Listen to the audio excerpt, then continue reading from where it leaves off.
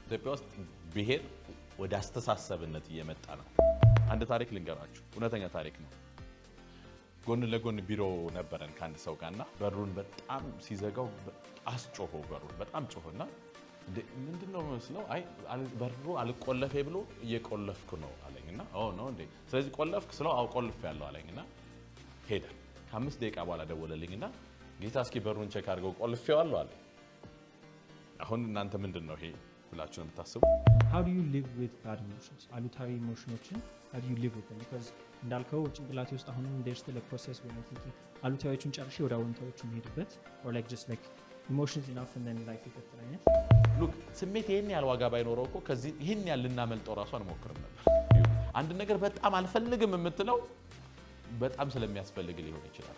ብሄር አሁን ያስለ ብሄር ያለው ነገር እናውቀዋለን አይደል? ብሄር ተመሳሳይ ብሄር ወይ የተለያየ ብሄር ሲጋቡ ሊጋቡ ይችላሉ ብለህ ትላለህ? ለዚህ ዝም ብለህ ጥር አድርገህ መልስ ብትሰጣኝ ብትል ከኢትዮጵያ ኮንቴክስት አኳያ አይቼ ተናገር ብትል በጣም የሚያስደነግጥ መልስ ነው የምሰጠው። ጎልማን ሪሰርች የሚያሳየን ምንድነው? የትዳር 69% ችግሮቹ አይፈቱም አብረን የምንኖረው። አሁን አብዛኛውን ጊዜ ካደግን በኋላ የምንጠላው አብዛኛው ጸባይ በልጅነት ወቅት በህይወት እንድንቆይ ይጠቀመን አስፈላጊ ጸባይ ነው። ህይወትን የሚያክል ነገር እንዴት ህይወቴ እንዴት ነው ብለን እንጠይቃለን። በጣም ሰፊውን ጥያቄ አጣየቃችን ነው ድብርት ውስጥ የሚከተል ልጅ። ልክ ሰው ማሰብ ሲጀምር መጨነቅ ነው የሚጀምረው።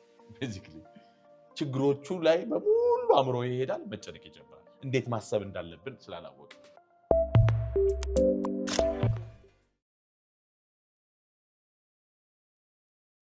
ሰዎች ታሪክ መንገር ለምሳሌ እኔ ብዬ ጀምራለሁ። አንዱ ሰው አንዳንድ ቀል እያደረግን ስቶሪ ሜክ እናደርጋለን እና እኔ ብዬ ሲጀምር የሆነ ነገር ትላለች፣ ከዛ እያለ ስቶሪ ቢልድ እናደርጋለን። ሶ በዛ ስቶሪ ውስጥ አንደኛ ኮሌክቲቭሊ እንደ ማህበረሰብ የምናስበውን ስቶሪ ማወቅ ይቻላል። ሁለተኛ ነገር ደግሞ በዚህች እንኳን አሁን ባልፋችሁ ጥሩ ነበር፣ በዚህም ለመናገር እሞክራለሁ። ግን እንደ ሁለተኛ ሰዎች የሚመርጡት ስቶሪውን ተርን ሲያደርግ ታዩታላችሁ። ደና ተጀምሮ እንጀምረው እንደዚህ እናሳያችሁ። እኔ ብዬ ሲጀምር የሆነ ሰው የሆነ ያለ አንዳንድ ቃል የሆነ አንድ ቃል ወይም አንድ አረፍተ ነገር እየተናገራችሁ ስቶሪ ቢልድ ማለት ነው። አንድ ታሪክ ነው የምንናገረው። እኔ በጣም የሚገርመኝ ነገር ታሪክ ለካ እንደዛ አይጀመርም ማለት እኔ ነኝ ስህተት እየሰራ ያለሁት። እንዴት ነበር ታሪክ የሚጀመረው? ወይስ ጀምሪ ታሪክ እና ሌላው ሰው ይቀጥል። ከጓደኛዬ ጋር ተገናኘንና በፍቅር ቅልጥ አለን።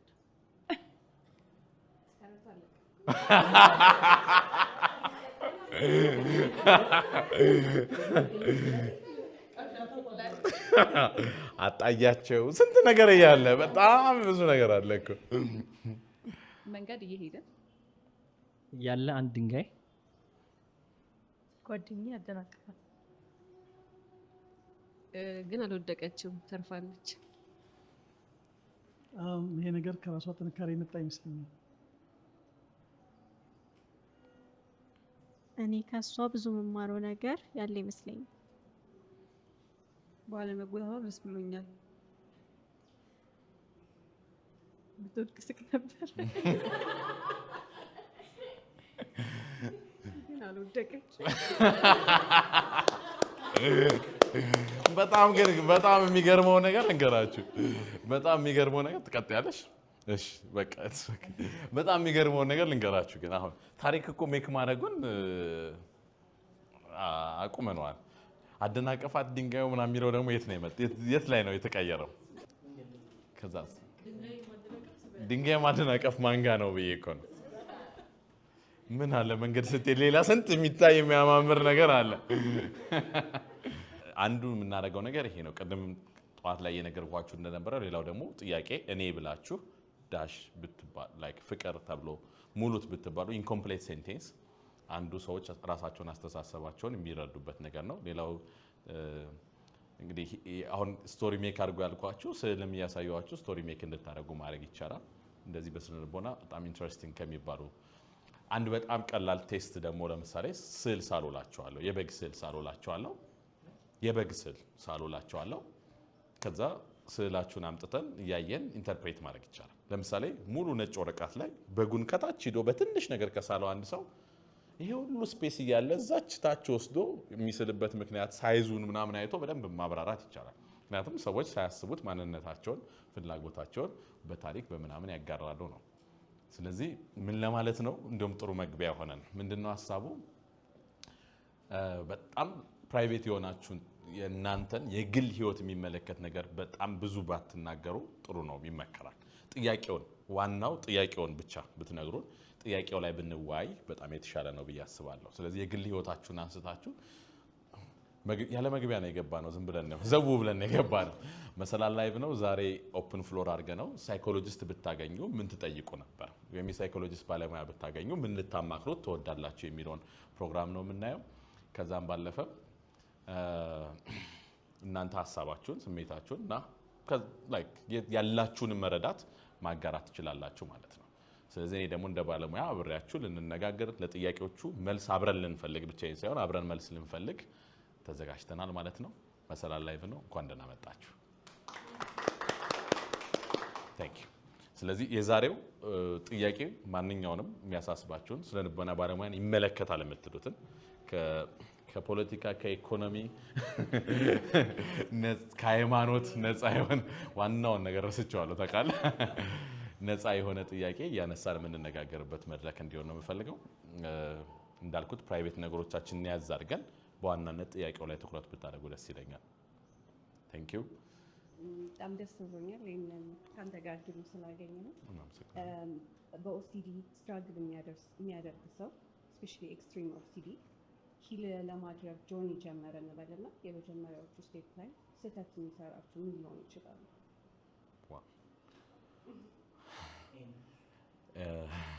በጣም በጣም በጣም ኖ ኢትስ ቬሪ ኢምፖርታንት። በጣም ጥሩ ጥያቄ ነው። መጀመሪያ አካባቢ የሚሰራቸው ስህተቶችን ብለሽ ደግሞ ማስቀመጥሽም በጣም ደስ ብሎኛል። ምክንያቱም የመጀመሪያው ኦሲዲ ራሱ እኮ ስህተት ላለመስራት መፈለግ ነው። ስለዚህ መጀመሪያ አካባቢ ስህተት መስራቱን ራሱ በሆነ ያህል ደረጃ ለመቀበል ፈቃደኛ መሆን አለበት። እና ኦሲዲ ስንል ኦብሰሲቭ ኮምፐልሲቭ ዲስኦርደር አለ። ኦብሰሲቭ ኮምፐልሲቭ ዲስኦርደር አንድ ውስን የሆነ ነገር ላይ የሚኖር የአእምሮ ሱስ እና ተደጋግሞ የሚደረግ ተግባር እንወስደዋለን። ከዚህም ሲያልፍ ኦሲፒዲ ደግሞ አለ፣ ኦብሰሲቭ ኮምፐልሲቭ ፐርሶናሊቲ ዲስኦርደር የሚባል ማለት ነው።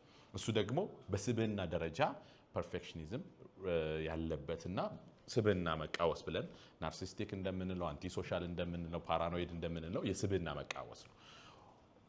ኦሲዲ ግን ስንል ኦብሰሲቭ ኮምፐልሲቭ ዲስኦርደር እንልና እሱ ስፔሲፊክሊ ለምሳሌ ኦሲዲው እጅ የመታጠብ ኦሲዲ ሊሆን ይችላል።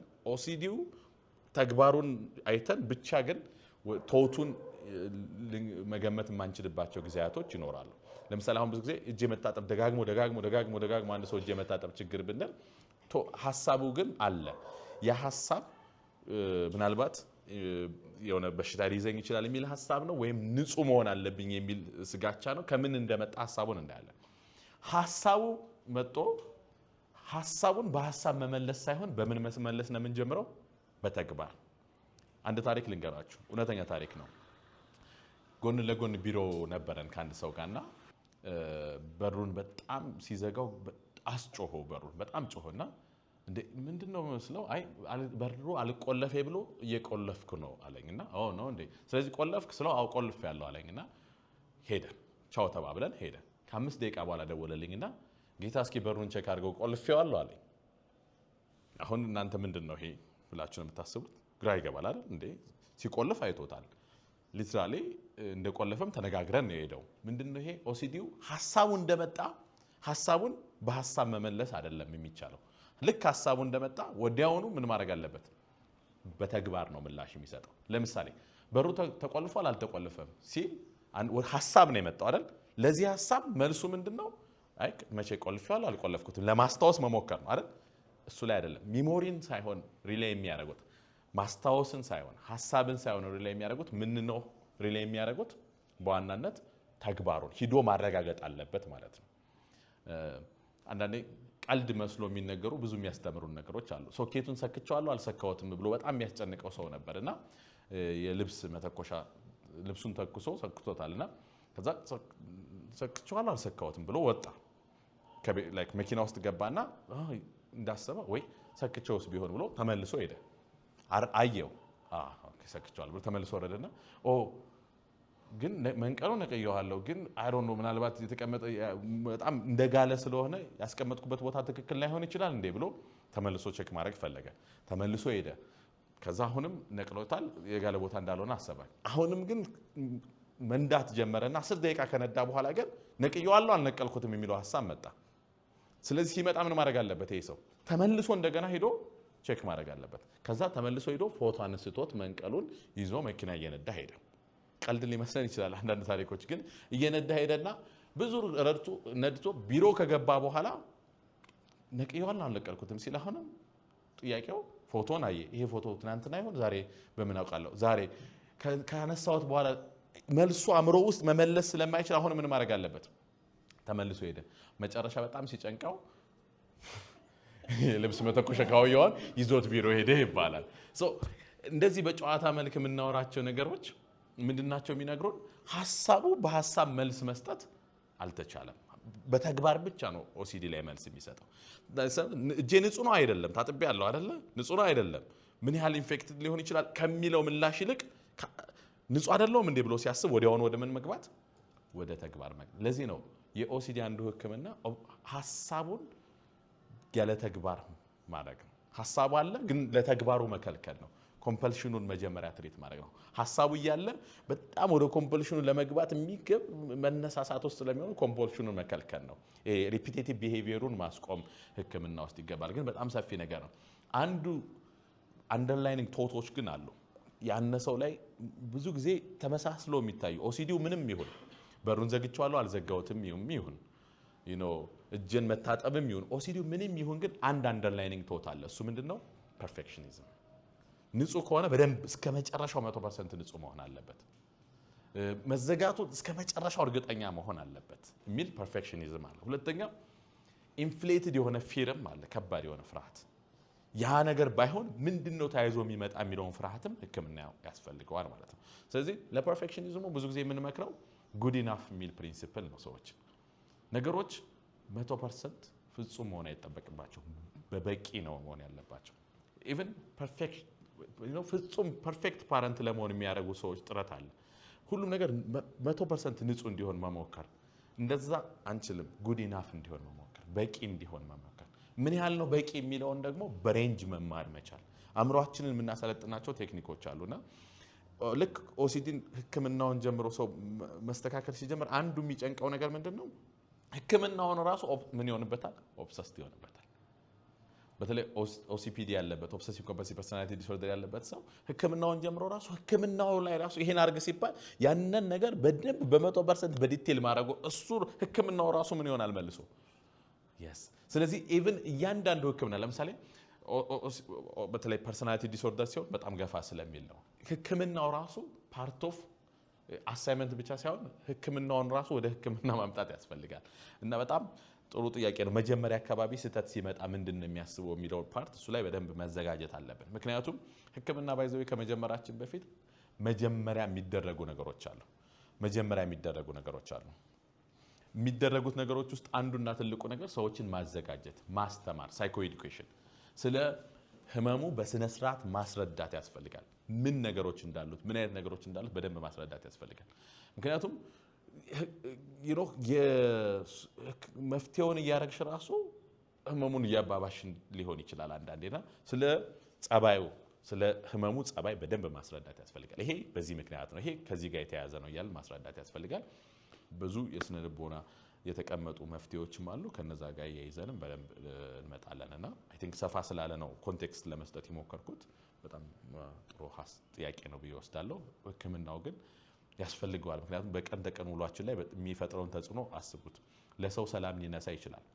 ሰው ቤት ለምሳሌ በጣም በሩ ተዘግቷል አልተዘጋም እያለ የሚያስብ ሰው ቤት ሂዶ ራሱ መተኛት አይችልም።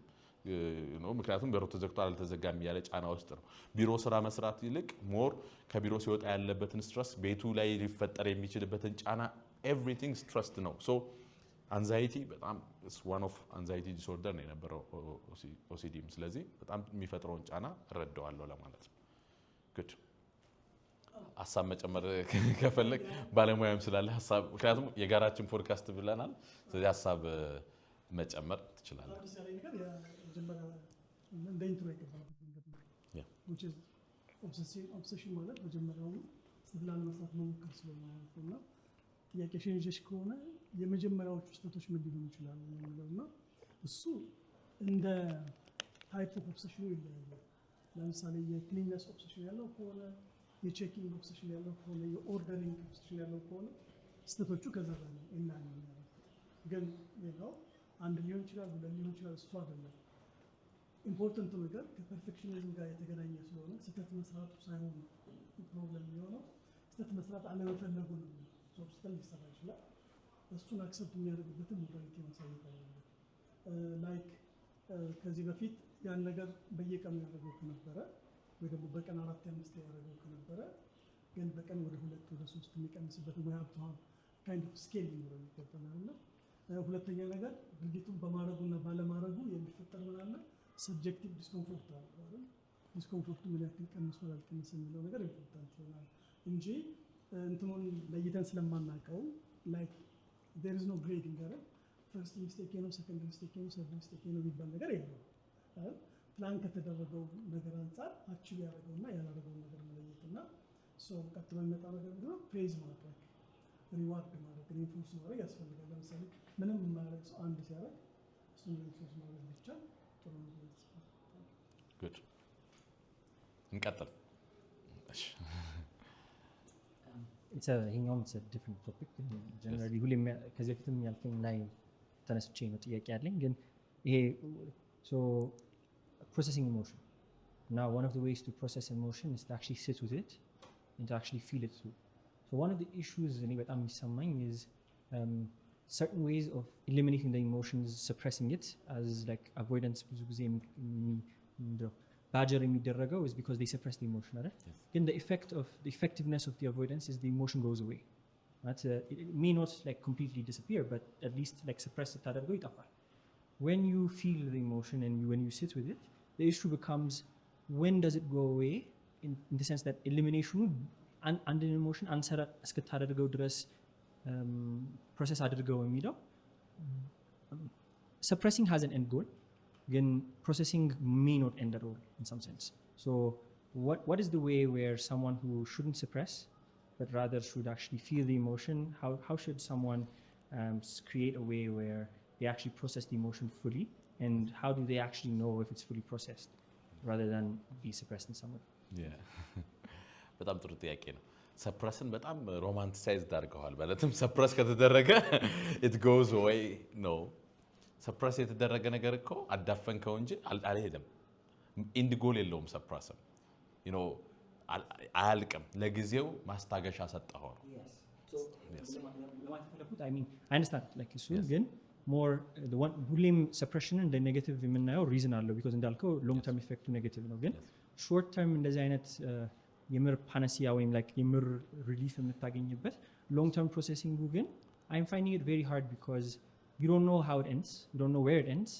So why does that have to end? ለምንድን ነው ማለቅ ያለበት? ስሜትን ፕሮሰስ አድርገን መጨረስ ያለብን ለምንድን ነው? ኤቭሪ ታይም ስለ ራሳችን አዲስ ስሜት የሚነግረን የምናደርገው ነገር እስካለ ድረስ ለምንድን ነው ስሜት በቃ ፕሮሰስ አድርጌ ጨረስኩት የስሜትን ጉዳይ ጨርሻው ከዛ የሚመስለው እኮ የስሜትን ጉዳይ ጨርሻው ከዛ ወደ ኑሮዬ ልመለስ ነገር ነው የሚመስለው you know so I think it's a very important question ምክንያቱም መጀመሪያው ነው ስሜትን የምናይበት ሌንስ ራሱ በጎ መሆን አለበት። ስሜት something አባረ ነው ከዛ ወደ ህይወታችን የምንመለስበት ጉዳይ ካረግ ነው በቃ ያንን ስሜት ተገላግየው አይነት ነገር ነው የሚመስለው። ሶ ለዛም ነው አይ ቲንክ ጉጉቱ ያለው።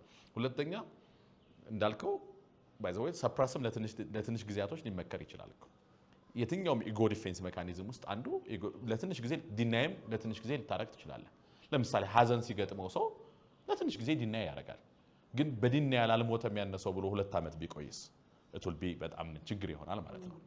yes ስለዚህ ዲናይ ያሉ ስትራቴጂዎች አሉ የምንጠቀማቸው። ዲናይ ሊሆን ይችላል፣ ሰፕረስ ሊሆን ይችላል፣ ብዙ መንገዶችን ልንከተል እንችላለን ስሜቱን ለትንሽ ጊዜ ለማቀዝቀዝና ለማቆየት። ለምሳሌ አንድ ሐሳብ ራሱ ሲመጣበት ይሄ ሐሳብ አሁን ይቆየኝ፣ ይሄን ሐሳብ ዲል ማድረግበት ኃይሉም አቅሙም የለኝም ብዬ ማቆየት እችላለሁ። ዲስትራክት ማድረግ እችላለሁ ራሴን። አላማው ግን ምንድነው? በዋናነት ግን ኢሞሽንን የምንይዝበት መንገድ ሰፕሬሽን ብቻ ከሆነ ችግር ይሆንብናል እንጂ ለትንሽ ደቂቃ ለትንሽ ጊዜያቶች ሰፕረስ ልታደርገው ትችላለህ የሆነን ኢሞሽን። ከዛ ግን አቅምና ጊዜው ሲመቻች መልሰ ልትጎበኛ ይገባል ያንን ስሜት። አሁን ትልቁ ችግር ግን ያለው ምንድነው? አንደኛ ኢሞሽንን እንደ አሉታዊ ነገሮች የምናያቸው ከሆነ ከዚህ በፊትም ስናገረው ነበር፣ አሉታዊ ስሜቶች ራሱ ሳይቀሩ መጥፎ ናቸው ማለት አይደለም። አይኖ ይከብዳል ከኢሞሽን ጋር ምን ማለት መሰለ፣ ከኢሞሽን ጋር በሰላም አውርቶ የማያውቅ ሰው የሆነ በጣም የምንጠላው የነበረን ሰው ጥሩ ነገር አለው ብለን እናስብ እንችላለን። ልክ መቀራረብ ስትጀምር ነው በደንብ መቀራረብ ስትጀምር፣ ስታወራው፣ ስትግባባው እንደምትወደው ሁሉ እንደዚህ ነው እንደ ሰው እንደምትለው ሁሉ ስሜትም እንደዛ ነው። ልክ የተቀራረብክ ስትመጣ ስትግባባ ምናምን ለካ ስሜት እንደዚህ ነው። አንደኛ በጣም ትልቁ ነገር ምን መሰላችሁ? አሉታዊ ስሜትን ሰፕረስ ስታደርጉት አሉታዊ ስሜትን ብቻ አይደለም ሰፕረስ ማድረግ የምትማሩት፣ አሉታዊ ስሜትንም ሰፕረስ ማድረግ ትማራላችሁ። ስለዚህ ላይፍ ላይ ምንም ነገር ኤክሳይትድ የምትሆንበት ነገር ከሌለ መኖር በራሱ ኢንጆይ የምታደርገው ነገር አይሆንም ማለት ነው። እንደ ቀጥታ በሎጂክና እንደ ማሽን አይነት ነገር አኗኗር ነው የሚሆነው። ትክክል የሆነ ነገር ብቻ እያደረግን ነው የምንኖረው ማለት ነው። ትክክል የሆነ ነገር ብቻ እያደረግን እንኳን ሁሉ ነገር ትክክል አድርገህ ግን ትክክል የሆነውን ነገር ምን ያህል ተደስተህበታል የሚለው ጥያቄ ግን መልስ ሳያገኝ ነው የሚሄደው። ሁለተኛ ኢቭን ቫልዩዎችን እሴቶችን ሄራርኪ ውስጥ ለማስገባት በጣም ችግር ይገጥማል። ሰፕሬሽን ግን ለትንሽ ጊዜ በጣም ሰላም ይሰጣል፣ አስፈላጊ ነው፣ ልናደርገውም እንችላለን።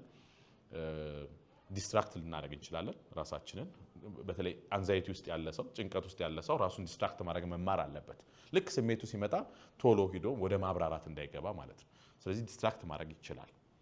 ለምሳሌ ፓኒክ እያደረገ እንደሆነ የሚያስበው ሰው ፓኒክ እያደረገ ያለ ሰው እኮ ምን ማለት መሰላችሁ? ሰውነቱ አእምሮውን ሙሉ ለሙሉ ሲቆጣጠረውና በቃ ልሞት ነው ይላል። 100% እርግጠኛ ሆኖ ልሞት ነው እያለ ነው ያነሰው።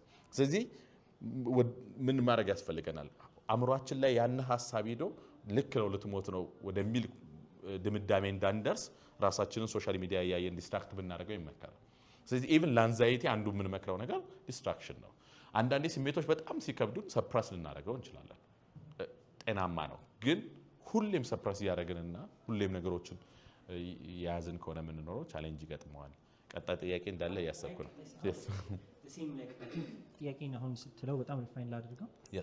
how do you live with bad emotions? አሉታዊ ኢሞሽኖችን how do you live with them? because እንዳልከው ጭንቅላቴ ውስጥ አሁንም there's still a process where I'm thinking አሉታዊዎቹን ጨርሼ ወደ አዎንታዎቹ የሚሄድበት or like just like emotions enough and then life ይቀጥል አይነት so ያን division እሺ ሳፈር ሰው the justification for negative emotions is positive emotions ሆነ positive emotions like እንዳልከው I've suppressed them a lot so I may not like think ሀዘን is worth happiness so ሀዘን የማይሰማኝ happiness ባይሰማኝም I can live a very chill life ብዬ እያሰብኩ what would be the justification for negative emotions and how can you actually live with them?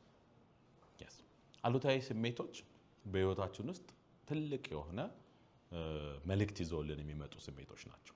እነዛን መልእክቶች እና እነዛን ጥያቄዎች መመለስ ያስፈልገናል። ልክ ነው እኮ ላይክ አሉታዊ ስሜት ሲሆን ማስተናገድ ላንፈልግ እንችላለን። ግን ምንድነው ጥያቄ ግን አለው፣ መልእክት ግን አለው። ያንን መልእክትና ጥያቄ ካልመለስ ነው ጉዳዩ የትም ይሄዳል ማለት አይደለም። ስቲል ጥያቄውና መልእክቱ አንተ ውስጥ ይቀጥላል ማለት ነው። ለምሳሌ በጣም እንደውም ንዴትን እናምጣው። ለምሳሌ ንዴት ማለት ባውንደሪ ክሮስ ተደርጓል እያለ ነው። ስለዚህ ስትናደድ ያስቀመጥከው ባውንደሪ ክሮስ መደረጉን እያሳየ ነው። መናደድህ ያስቀመጥኩት ባውንደሪ ትክክል አይደለም እንደሚለውን እንድታይ። ምክንያቱም ያስቀመጥከው ባውንደሪ ያስቀመጥከው ስታንዳርድ ችግር ካለበት እሱ እንድትጎበኘው መልሰ ሪጂድ የሆነ ስታንዳርድ ከሆነ ያስቀመጥነው እሱን ወደ ፍሌክሲብል እንድናመጣው። ለምሳሌ ሁሉም ሰው ሊያከብረኝ ይገባል ብዬ ከሆነ ስታንዳርድ ያስቀመጥኩት ሁሌ እየተናደድኩ ነው የምገባው። ምክንያቱም እዚህ ታክሲ ተራውም ጋር ስትሄድ፣ ቢሮም ስትሄድ፣ ቀበሌም ስትሄድ፣ የትኛውም ቦታ ላይ ስትሄድ ሁሉም ሰው በኩል ደረጃ ሊያከብረህ አይችልም። ስለዚህ ያስቀመጥነው ስታንዳርድ ላይ ችግር እንዳለ ይነግረናል በተናደድን ቁጥር ማለት ነው። ምን ቫልዩ እንደምታደርግ ይነግርሃል። ባይዘው የምትናደድበትን 20 ነገሮች የሚያናዱን ብትጽፋቸው ከ20ዎቹ በስተጀርባ 3-4 ስታንዳርዶች ነው ያለው። ከ3ቱ ስታንዳርዶች በስተጀርባ ያልተሟላ ፍላጎት ነው ያለው። ስለዚህ ንዴት ራሱ ሄዶ ያልተሟላ ፍላጎትን የሚያሳይህ ነገር ነው ማለት ነው። በጣም ሁሉም ነገር ስለ ሪስፔክት ከሆነብህ የምትናደደው why do I need this much respect? ምክንያቱም የሪስፔክት ጉዳይ ይሄን ያህል እያሳሰበኝ ያለው ለምንድን ነው ብለህ ታያለህ። በዚህ ሂደት ውስጥ ስለ ስሜት እና ስለ ራስህ ትማራለህ። ዋናው ነገር ስሜትን ይሄን ያህል የሙጥኝ ያለበት ነገር ምን መሰለህ? ስለ ዓለም በአእምሮህ መማር ትችላለህ። ስለ ራስህ ግን መማር የምትችለው በስሜት ነው በዋናነት። ለምሳሌ የኢትዮጵያ ሕዝብ የሚወደው ምግብ ምንድነው ብለህ ክትፎ ልትል ትችላለህ። እዳዝሚን ግን አንተ ክትፎ ትወዳለህ ማለት ግን አይደለም። እሱን የምታውቀው በምንድነው? በስሜት ነው በዋናነት። ስለዚህ ስለ ራስህ በደንብ ለመረዳትና ለማወቅ ስሜት ማለት በዋናነት አንተን ከዓለም ጋር የሚያገናኝህ ድልድይ ነው። እየኖርክ እንደሆነ ምላሽ የሚሰጥህ ድልድይ ነው። ስለዚህ እሱን ነገር እያወቅህ እየተረዳህ እንድትሄድበት ይጠቅማል። ስሜቶች በጣም ጥሩ ናቸው። አሉታዊ ስሜቶች ግን እንዳልከው ይከብዱናል። ለምሳሌ በጣም ከባድ የሆነ ትራውማ ቢኖርብህ እንዴት ነው የምናደርገው? እርዳታ ያስፈልገናል። ማለት ሁሉንም ስሜት ራሳችን ፕሮሰስ እናደርገዋለን ማለት አይደለም። አንደኛ ነገር። ሁለተኛ አሉታዊ ስሜቶች በጣም ከጠነከሩ ከባድ ድብርት ካለብን ምን ያስፈልገናል? ኦፍ ኮርስ እርዳታ ያስፈልገናል። ያ ከባድ ድብርት ፕሮሰስ መሆን አቅቶታል ማለት ነው። ምን ማለት መሰላችሁ? ስሜት አብዛኛው ስሜት በተፈጥሮ አእምሯችን ራሱ ፕሮሰስ ያደርገዋል። ለምሳሌ ምግብ በልታችሁ ፕሮሰስ ሲሆን ታዩታላችሁ እንዴ? አናየውም። ራሱ እኮ ነው ፕሮሰስ የሚሆነው። ላይክ አእምሯችንም እንደዚህ ስሜትን ፕሮሰስ ያደርግልናል። ችግሩ ግን ምንድነው? ፕሮሰስ ካልሆነ ምግብ በጣም ሲከብዳችሁ ምን ታደርጋላችሁ? ወይ ትንቀሳቀሱበታላችሁ፣ ፕሮሰስ እንዲሆን ታግዙታላችሁ። አእምሯችንም ላይ ፕሮሰስ ያልሆነ ስሜት ካለ ፕሮሰስ እንዲሆን ማገዝ አለብን። የምናግዘው እንዴት ነው? ከራሳችን ጋር የምናደርጋቸው አንዳንድ ነገሮች አሉ፣ የምንከተላቸው መፍትሄዎችም አሉ። እነዛን ባለሙያዎችን እናገር እንችላለን። ግን አሉታዊ ስሜቶች ራሱ እንኳን በጣም ጠቀሜታ አላቸው በአግባቡ ከያዝናቸው። በአግባቡ ካልያዝናቸው ደግሞ ህይወታችንን እያበላሹት ከነሱ ለማምለጥ የምናደርገው ጥረት በራሱ ሉክ ስሜት ይሄን ያህል ዋጋ ባይኖረው እኮ ከዚህ ይሄን ያህል ልናመልጠው ራሱ አንሞክርም ነበር። ይሄ በጣም ዋጋ አለው።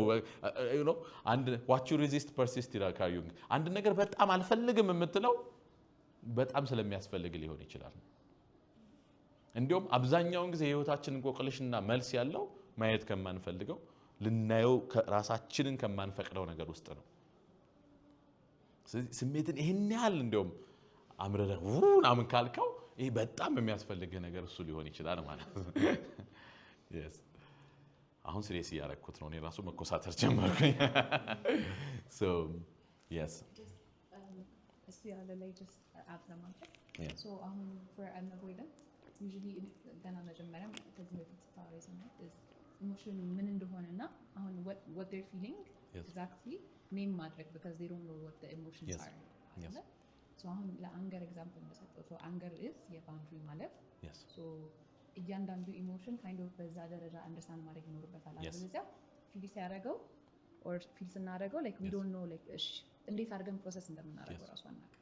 so like how do we so አሁን ኢሞሽናችንን ፕሮሰስ ማድረግ አለብን ማለት ነው like how do we do that? yeah wow that's good አንዱና ትልቁ ጥያቄ ባይዘው ስሜቶቹ ራሱ ምን እንደሚነግሩን ማወቅ። ንዴት ማለት ስታንዳርዳችን ያስቀመጥነው ባውንደሪ ክሮስ ተደርጓል ነው። ድብርት ማለት ቤዚክሊ ላይክ ይሄ ህይወታችሁ በምትፈልጉት አቅጣጫ እየሄደ እንዳልሆነ የሚነግራችሁ ነገር ነው። ህይወታችሁ በምትፈልጉት አቅጣጫ እየሄደ አይደለም ነው። ፍራስትሬሽን ማለት ቀጣዩን እርምጃ አላወቅኩትም ነው። ፍራስትሬትድ ሆኛለሁ፣ ግራ ተጋብቻለሁ ማለት ቀጣይ ምን ማድረግ እንዳለብኝ አላወቅኩም እያለች ነው። መሰልቸት ማለት የዚህ ነገር ትርጉሙ ጠፍቶብኛል ማለት ነው።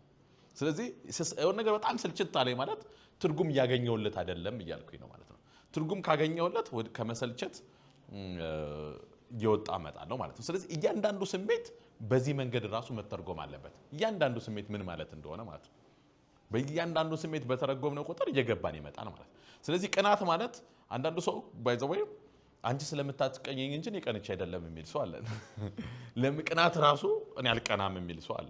ቅናት ምንድን ነው የሚለውን ነገር ራሱ ስላላወቅ ነው ማለት ነው። ቅናት ምንድን ነው? ምቀኝነት ምንድን ነው? ያንዳንዱ ነገር መረዳትና ስሜቶቹን በደንብ ማወቅ ያስፈልጋል። እኔም ማድረግ ስለዚህ ስሜትን ፕሮሰስ ማድረግ ማለት ከሁሉም ስሜታችን ጋር ቁጭ ብለን ማዳመጥ አለብን ማለት አይደለም። 3 ደረጃዎች ልስጣቸው የስሜት። የመጀመሪያው ነገር ዘና ማለት ነው። የትኛውም ስሜት ላይ ስትሆኑ ራሳችሁን ዘና ለማድረግ ሞክሩ። አብዛኛው ስሜት ያልፋል። ረሃብ ለምሳሌ በሆነ ያለ ደረጃ ዘና ካረጋችሁ በኋላ ወደ ምግብ መብላት ስትሄዱ ያልፋል ማለት ነው። ንዴትም ዘና ካላችሁ ያልፋል። ካላለፈ ወደሚቀጥለው ደረጃ እንመጣለን። ሁለተኛው ደረጃ ስሜትን መግለጽ። ስሜት ዘና ብላችሁ ካላለፈ መገለጽ አለበት። ካልተገለጸ ተቀምጧል፣ ይረብሸናል። እንዴት ነው መገለጽ ያለበት? መገለጽ ማለት ለምሳሌ በአካላዊ ነገር ልንገልጸው እንችላለን። የሚሮጡ ሰዎች አሉ፣ ኪክ ቦክሲንግ የሚሰሩ አሉ። ስሜቱ ይወጣል። ወክ ሊያደርጉ ይችላሉ። ሁለተኛ ለሰው በመንገር ሊሆን ይችላል የምንገልጸው በማውራት። ሶስተኛ ከራሳችን ጋር በማውራት ጆርናል በማድረግ ለምሳሌ ዲያሪ ፕሮሰስ ለማድረግ ሳይሆን በዋናነት የሚጠቅመን ስሜታችንን ለመግለጽ ይጠቅመናል። ስሜታችንን ለመግለጽ እንደዚህ ሆኜ እንደዚህ ሆኖ እንደዚህ ተፈጥሮ ስሜትን በጣም ያወጣል። ዲያሪን መልሳችሁ ማንበብ አይጠበቅባችሁ። ምክንያቱም ስሜት ማለት በስሜት ውስጥ ናችሁ የምትጽፉት ማንኛውም ሐሳብ የተጋነነ ሐሳብ ነው። ስሜት መጋነን ስላለበት ውስጡ። ስለዚህ መገለጽ ጆርናል ማድረግ። አራተኛው ስሜትን የምንገልጽበት መንገድ የጥበብ መንገዶች ናቸው። ስዕል መሳል፣ ግጥም መግጠም፣ ድርሰት መድረስ። ጥሩ ሳሌዎችና የሚወጡት ከዚህ ሁሉ የጥበብ መንገዶች ስሜታችን ኤክስፕረስ እንድናደርገው ያደርገናል። ስሜቱን ኤክስፕረስ አድርገ ነው አሁን የሚቀረ ነገር ካለው ፕሮሰስ መደረግ አለበት። ምንድነው ፕሮሰስ ማድረግ ማለት? ከምናስተናግዳቸው ስሜቶች ውስጥ ፕሮሰስ መደረግ ያለባቸው በጣም ጥቂቶች ናቸው። ፕሮሰስ ማድረግ ይሄ ስሜት ከየት መጣ? ለምን መጣ? እንደዚህ የተሰማኝ ምክንያቱ ምንድን ነው? እንደዚህ ሲሰማኝ ምንድነው ምላሽ የምሰጠው? ከዚህ በኋላ ምንድነው እየነገረኝ ያለ እያልን ማየት አለብን። እንደዚህ አይነት ፕሮሰስ ውስጥ የምንገባው ግን ከስሜቶቻችን ውስጥ በጣም ጥቂቶቹ ናቸው። አብዛኛውን ጊዜ መጦ ረጅም ጊዜ የሚቆይ ስሜት ከሆነ ዱሬሽኑ በጣም ረጅም ከሆነ፣ ሁለተኛ ደጋግሞ ያንን ሰሞን የሚመጣ ስሜት ከሆነ፣ ሶስተኛ መጠኑ በጣም ከፍተኛ ከሆነ ቁጭ ብለን ፕሮሰስ ማድረግ ይኖርብናል። ግን ሁሉንም ስሜት ፕሮሰስ ማድረግ አለብን ማለት አይደለም። አብዛኛው ስሜት በራሱ ጊዜ አእምሯችን ፕሮሰስ ስለሚያደርገው ማለት ነው። yes ስለዚህ ምን ማለት ነው? ስሜትን ፕሮሰስ ማድረግ በራሱ ሪትራውማታይዝ ሊያደርግ ይችላል።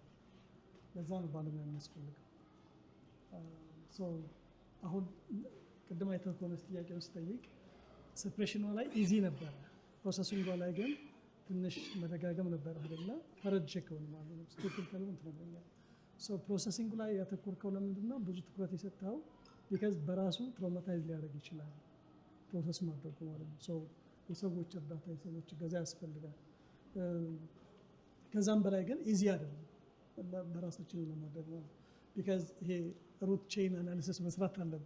ከኋላ ከየት ነው የመጣ ምክንያቱ ምንድነው ምናምን የሚባሉት ነገሮች ስለሚኖሩት ማለት ነው። እና ብዙ ኮንሰርን የተደረገው ፕሮሰስ ማድረጉ ኢዚ ስላልሆነ ትራውማታይዝ ሊያደርግ ይችላል።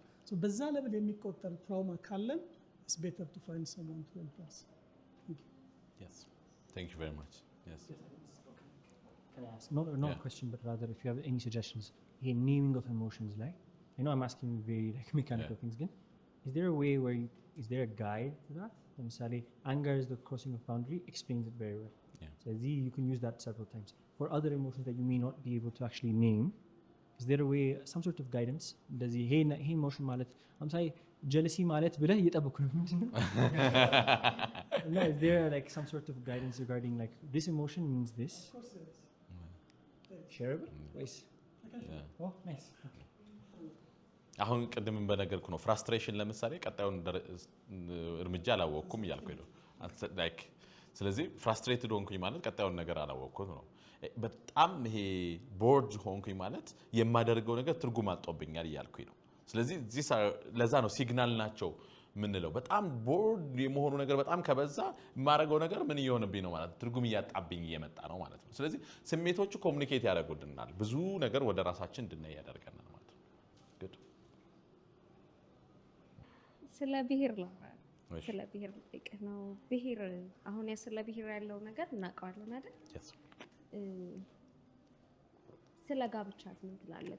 ማለት ብሔር ተመሳሳይ ብሔር ወይ የተለያየ ብሔር ቢጋቡ ትመርጣለህ? ቢጋቡ ይችላሉ ብለህ ትላለህ? ኦኬ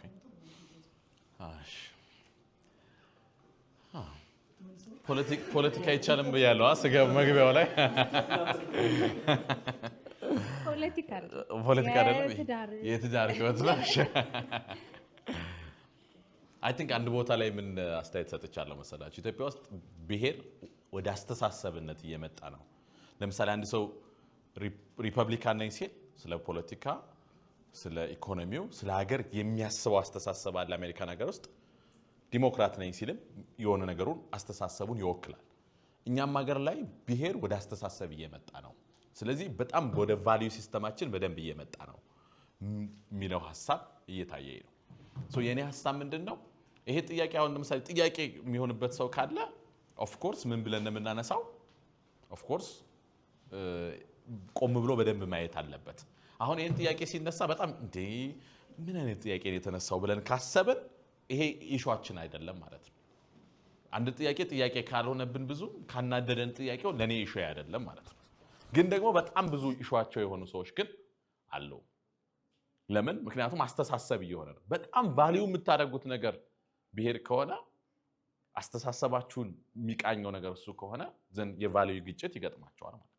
ለምሳሌ ሁለት የተለያዩ እምነት ያላቸው ሰዎች አብረው መኖር ይችላሉ ሲባል እንዴት ይችላሉ ብሎ ግራ የሚገባን ከሆነ በዛ ልክ ብሔራችን በሃይማኖቱ ልክ ዋጋ ካለው ለምንድን ነው ጥያቄው የሚገርመን ብለን መውሰድ እንችላለን ማለት ነው። በሃይማኖቱ ልክ ሃይማኖቱን እኮ እንዴት ሁለት የተለያየ ሃይማኖት ያላቸው ሰዎች እንዴት ሊኖሩ ነው ብለን አይደል እንደ ግራ የሚገባን። ስለዚህ በዛ ልክ ብሔር ዋጋ ካለው እንዴት ነው የተለያየ ብሔር ያላቸው ሰዎች አብረው የሚኖሩት ብለን እናነሳ እንችላለን ማለት ነው። ስለዚህ በጣም ጥንቃቄ የሚጠይቀው ጥያቄ የሚሆነው ለዛ ነው። ስለዚህ ቫልዩአችን ነው አይደለም የሚለውን ማየታችን በጣም ተገቢ ነው። ስለዚህ አሁን ለዚህ ዝም ብለህ ጥር አድርገህ መልስ ብትሰጠኝ ብትለኝ ከኢትዮጵያ ኮንቴክስት አኳያ አይቼ ተናገር ብትለኝ በጣም የሚያስደነግጥ መልስ ነው የምሰጠው። መጋባት የለባቸውም ነው። ለምንድን ነው የሚያስደነግጥ መልስ የምሰጠው? ምክንያቱም አይ በጣም ሞዶ ነገር የብሔሬ ነው እያልኩኝ እንደ ማህበረሰብ ከዛ በኋላ መልሼ ደግሞ አይ ኢትስ ኦኬ እኮ የተለያዩ ብሔሮች ይጋባሉ ካልኩኝ ክላሽ አለው። ምክንያቱም አብዛኛውን አስተሳሰባችንና አመለካከታችን የሚቀርጸው ነገር ስለሆነ። ግን ደግሞ ሰዎች በልዩነት ውስጥ ነው ደግሞ እንደሚኖሩ ግን አምናለሁ። ስለዚህ መፍትሄው ምንድነው ብዬ ነው የማስበው? በጣም ይከብዳቸዋል ግን መኖር ይችላሉ። በጣም ይከብዳቸዋል መኖር ይችላሉ ማለት ግን ምን ማለት መሰላችሁ? ለምሳሌ በቅርቡም አንዳንድ ነገሮች እያየሁ ነበር። ሴት ልጅ በእድሜ ብትበልጠው ወንዱን በትዳር አብረው በሰላም መኖር ይችላሉ ወይ? እምነታቸው የተለያየ ቢሆን በትዳር አብረው መኖር ይችላሉ ወይ? የገንዘብ የሀብታምና የድሃ ልጅ ቢሆኑ አብረው መኖር ይችላሉ? ባይዘው ቀላል ሊመስለን ይችላል፣ በጣም ከባድ ነገር ነው። ምክንያቱም የቀን ተቀን ውላችን ላይ በጣም ትልቅ ኢምፓክት ያለው ነገር ነው። ግን ለዚህ ሁሉ ልዩነት መልሱ አንድ ነገር ነው። ሁሌም ያላቸው ፍቅር ጠንካራ ከሆነ ሰዎች እና ፍቅሩን የሚይዙበት በቂ ክህሎት ካላቸው ምንም አይነት ችግር ውስጥ መኖር ይችላሉ። ምንም አይነት ልዩነቶች ውስጥ ሰዎች መኖር ይችላሉ። ትልቁ ችግር ምን መሰላችሁ? የምንፈልገው ፍቅርና ፍቅሩን የምንይዝበት አቅም ግን ብዙ ጊዜ አንድ አይነት አይደለም። ይሄኛው ትውልድ እዚህ ጋር ያላችሁ አብዛኞቻችን ሮማንቲክ ሙቪ እያየን ያደግነው የፍቅር ፊልም አይተናል። ስለዚህ የምንፈልገው ፍቅር ማለት በቃ በጣም ከፍ ያለ ፍቅር ነው። ችግሩ ግን ምንድነው? ያን ፍቅር ለማስተዳደር የሚሆን ክህሎቱ አለን ወይ ነው። ስለዚህ ፍቅሩ ጠንካራ ሆኖ ክህሎቱ ካለ የትኛውንም ችግር ሰዎች መቋቋም ይችላሉ። ለዚህ ነው ፍቅርን እናሰልጥናችሁ ምንድነው እኮ ማፍቀሩን አይደለም እናሰለጥነው፣ ፍቅሩን የሚያዝበትን መንገድ ግን ማሰልጠን ይቻላል። ምክንያቱም ኮንፍሊክት ሪዞሉሽን ካላወቀ አንድ ሰው ሊትራሊ በጣም በተፋቀሩ ቁጥር ብዙ ችግር ውስጥ ይገባሉ። ያ ደግሞ እምነታቸው ሲላይ ሰዎች ሃይማኖታቸው የተለያዩ ሰዎች ተጋብተው ሲኖሩ አይተናል። እምነታቸው ሃይማኖታቸው ሲላይ፣ ብሔራቸው ሲላይ፣ የፋይናንሻል ማይንድ ሴታቸው ሲላይ፣ የሴክሹዋል ኮምፓቲቢሊቲያቸው ሲላይ፣ ብዙ ልዩነቶች ሲኖሯቸው አብረው የሚኖሩ ሰዎች አሉ። ለምንድን ነው አብረው የሚኖሩት? ምክንያቱም ፍቅራቸው ከፍ ያለ ስለሆነና ልዩነቱ ይዞባቸው የሚመጣውን ክፍተት የሚያስተናግዱበት ክህሎት ስላለ። ሉክ ልዩነቱ አይደለም የሚያለያየን። ለዛ ነው ጠዋትም ላይ ስንነጋገር ከኮምፓቲቢሊቲ በላይ ኮሚትመንትን ቅድሚያ መስጠት ያስፈልጋል። ለምን? በጣም ብዙ ልዩነት ኖሯቸውም የሚኖሩ ሰዎች አሉ። ለምን? ፍቅራቸው ከፍ ያለ ስለሆነና ልዩነቱን ማስተናገድ ስለቻሉ። ግን ትንሽ ልዩነት ኖሯቸውም አብረው መኖር የማይችሉ ሰዎች አሉ። አንደኛ ወይ ፍቅሩ ጠንካራ አይደለም ወይ ደግሞ ችግሮችን የሚያስተናግዱበት ክህሎት የላቸው። ስለዚህ ትልቁ ጥያቄ የፈለገ አይነት ልዩነት ይኖራል፣ ፍቅራችን ጠንካራ ከሆነና ያንን ልዩነት የምናስተናግድበት ክህሎቱ ካለን መቋቋም እንችላለን። ለዚህ ነው ሰዎች ከኮምፓቲቢሊቲ በላይ አብረን እንሄዳለን አንሄድም ከሚለው በላይ ኮሚትመንትን፣ ቆራጥነትን ማስቀደም ያለባቸው። ስለዚህ በየትኛውም ልዩነት ውስጥ ኢቭን ቅድም እንዳነሳሁት የእድሜ ልዩነት እሷ ብትበልጠው እሱ ቢያንስ፣ በጣም እሱ ቢበልጣት እሷ ብታንስ የሚለው ጥያቄ ሁሉ ቢነሳ፣ የትኛውም አይነት ልዩነትን ብናነሳ፣ ሴክሹዋል ኮምፓቲቢሊቲ የሴክሹዋል አለመጣጣም ልዩነት በጣም አላቸው ቢባል እኔ በሱ ወርድ አላምንም። ኦፍኮርስ ልዩነት ነው የምለው እንጂ አለመጣጣም የሚባል ነገር የለም። የሴክስ ልዩነት ካለ እነዚህ ሁሉ ልዩነቶች ታርቀው ይኖራል። ፍቅሩ ከፍ ካለና ክህሎቱ ካለ ፍቅሩ ብቻ ግን የሚፋቀሩ ሰዎች አብረው አይኖሩም እያለን ነው የምንኖረው። ለምን? በጣም ፍቅራቸው ብዙ ችግር ይዞባቸው ይመጣል። ያንን ችግር የሚቋቋሙበት ክህሎት ደግሞ የለም። ስለዚህ ማንም ሰው ፕሪማሪታል ትሬኒንግ፣ የትዳር ስልጠና፣ ትዳር ውስጥ ያሉ ሰዎችም ደግሞ መሰልጠን አለባቸው የምንለው ለዚህ ነው። በዚሁም ስራዬ ፕሮሞት እያደረኩ ነው። yes good I think መልሻለሁ። ቀጥይ። ያልተመለሰልሽ ነገር ያልተመለሰ ነው። ፍቅር ከሆነ ሰዓት በኋላ ትዳር ስነ ስርዓቱን ይዝና ህጉ ነው የሚያኖረው የሚባል ነገር ስላለ ነው። ይሄ ባህሉ ምናምኑ አብሮ ይሄዳል ከሚል አንጻር ነው። ይሄ ብሔር ተመሳሳይ ብሔር ያላቸው ይኖራሉ አይኖሩም የሚለው ነው። yes ምንድነው መሰለሽ ህግና ስርዓቱ በጣም አንድ ጫና ይፈጥርባቸዋል። ያን ጫና ግን እየፈቱት ከሄዱ ለትዳሩ ትልቅ ግብአትና ውበት መሆን ይችላል። በዚህ አጋጣሚ አብዛኛው ሰው ምን መሰለ ያለው ክፍተት ምንድነው? ምንም ችግር የሌለበት ትዳር ውስጥ ለመግባት ስለሚጠር ነው ትዳር ውስጥ የማይገባው። ምንም ግጭት የሌለበት፣ ምንም ጫና የሌለበት፣ ምንም አይነት ልዩነት የሌለበት ትዳር ብናስብ የለም። ስለዚህ ግጭቶች ይኖራሉ፣ ልዩነቶች ይኖራሉ፣ ፈተናዎች ይኖራሉ። ግን እሱን ለመቋቋም የሚሆን ስሜትና ክህሎት አለን ወይ፣ መተዋወቅ አለን ወይ፣ ቆራጥነት አለን ወይ ብለን መጠየቁ በጣም አስፈላጊ ነው። የሚጠይቁ ሰዎች መበረታታት አለባቸው። ከዚህ ውስጥ ሳልወጣ ነው አሁን ሁለት የተለያየ ሰው ብሔሩ ተለያይቶ መጋባት ይችላል። አሁን አይችልም ነው አንተ የሰጠው ድምዳሜ፣ ፍቅሩ ከፍ ካላለ በስተቀር ማለት ነው። ግን ከፍቅሩ በላይ ከፍ ማለት ያለበት ይመስለኛል። እኔ አሁን በብሔሬ ላይ ምን አይነት አክራሪ ነኝ ማለት ጥጉን የሆነኝ የኔ ብሔር ብቻ ነው ልክ የዛኛውን አንደርስታንድ ማድረግ የማልችል ከሆነ ምናምን ነው እንጂ ይሄ አሁን የእድሜውም የሁሉም የእምነቱም የሁሉም ልዩነት አሁን የተለያየ እምነት መኖር ይችላሉ አክራሪ እስካልሆኑ ድረስ። እኔ አሁን በጣም ኦርቶዶክስ ሆኜ በጣም ማከር ከሆነና ባሌ ሙስሊም ሆኖ በጣም የሚያከር ከሆነ አይመጣም። ፍቅራችንም ምን ያህል ጠንካራ ቢሆን ማለት ነው። እሱ ሳይሆን መጠንከር ያለበት ያለ ልዩነት ጥንካሬው ይመስለኛል የሚወስነው። የልዩነታችን ጥንካሬ እሱ የሚቀንስ ነገር ከሆነ ኮምፕሮማይዝ መደረግ ይችላል። ግን ኮምፕሮማይዝ መደረግ የማይችል ይኖራል። አንድ ቤት ራሱ አድገህ እኮ የተለያየ አይነት አስተሳሰብ ይኖርሃል። የተለያየ እምነት ያላቸው አንድ ቤት ውስጥ ነው የምናያቸው አሉ። ግን የሚያኖርክ ያለው ጥንካሬ ይመስለኛል በዛ ነገር። በጣም የወደድኩት ነገር ኢትዮጵያውያኖች ስለ ብሔር አክራሪ አይደለንም ስላልሽ በጣም ወድጄዋለሁ።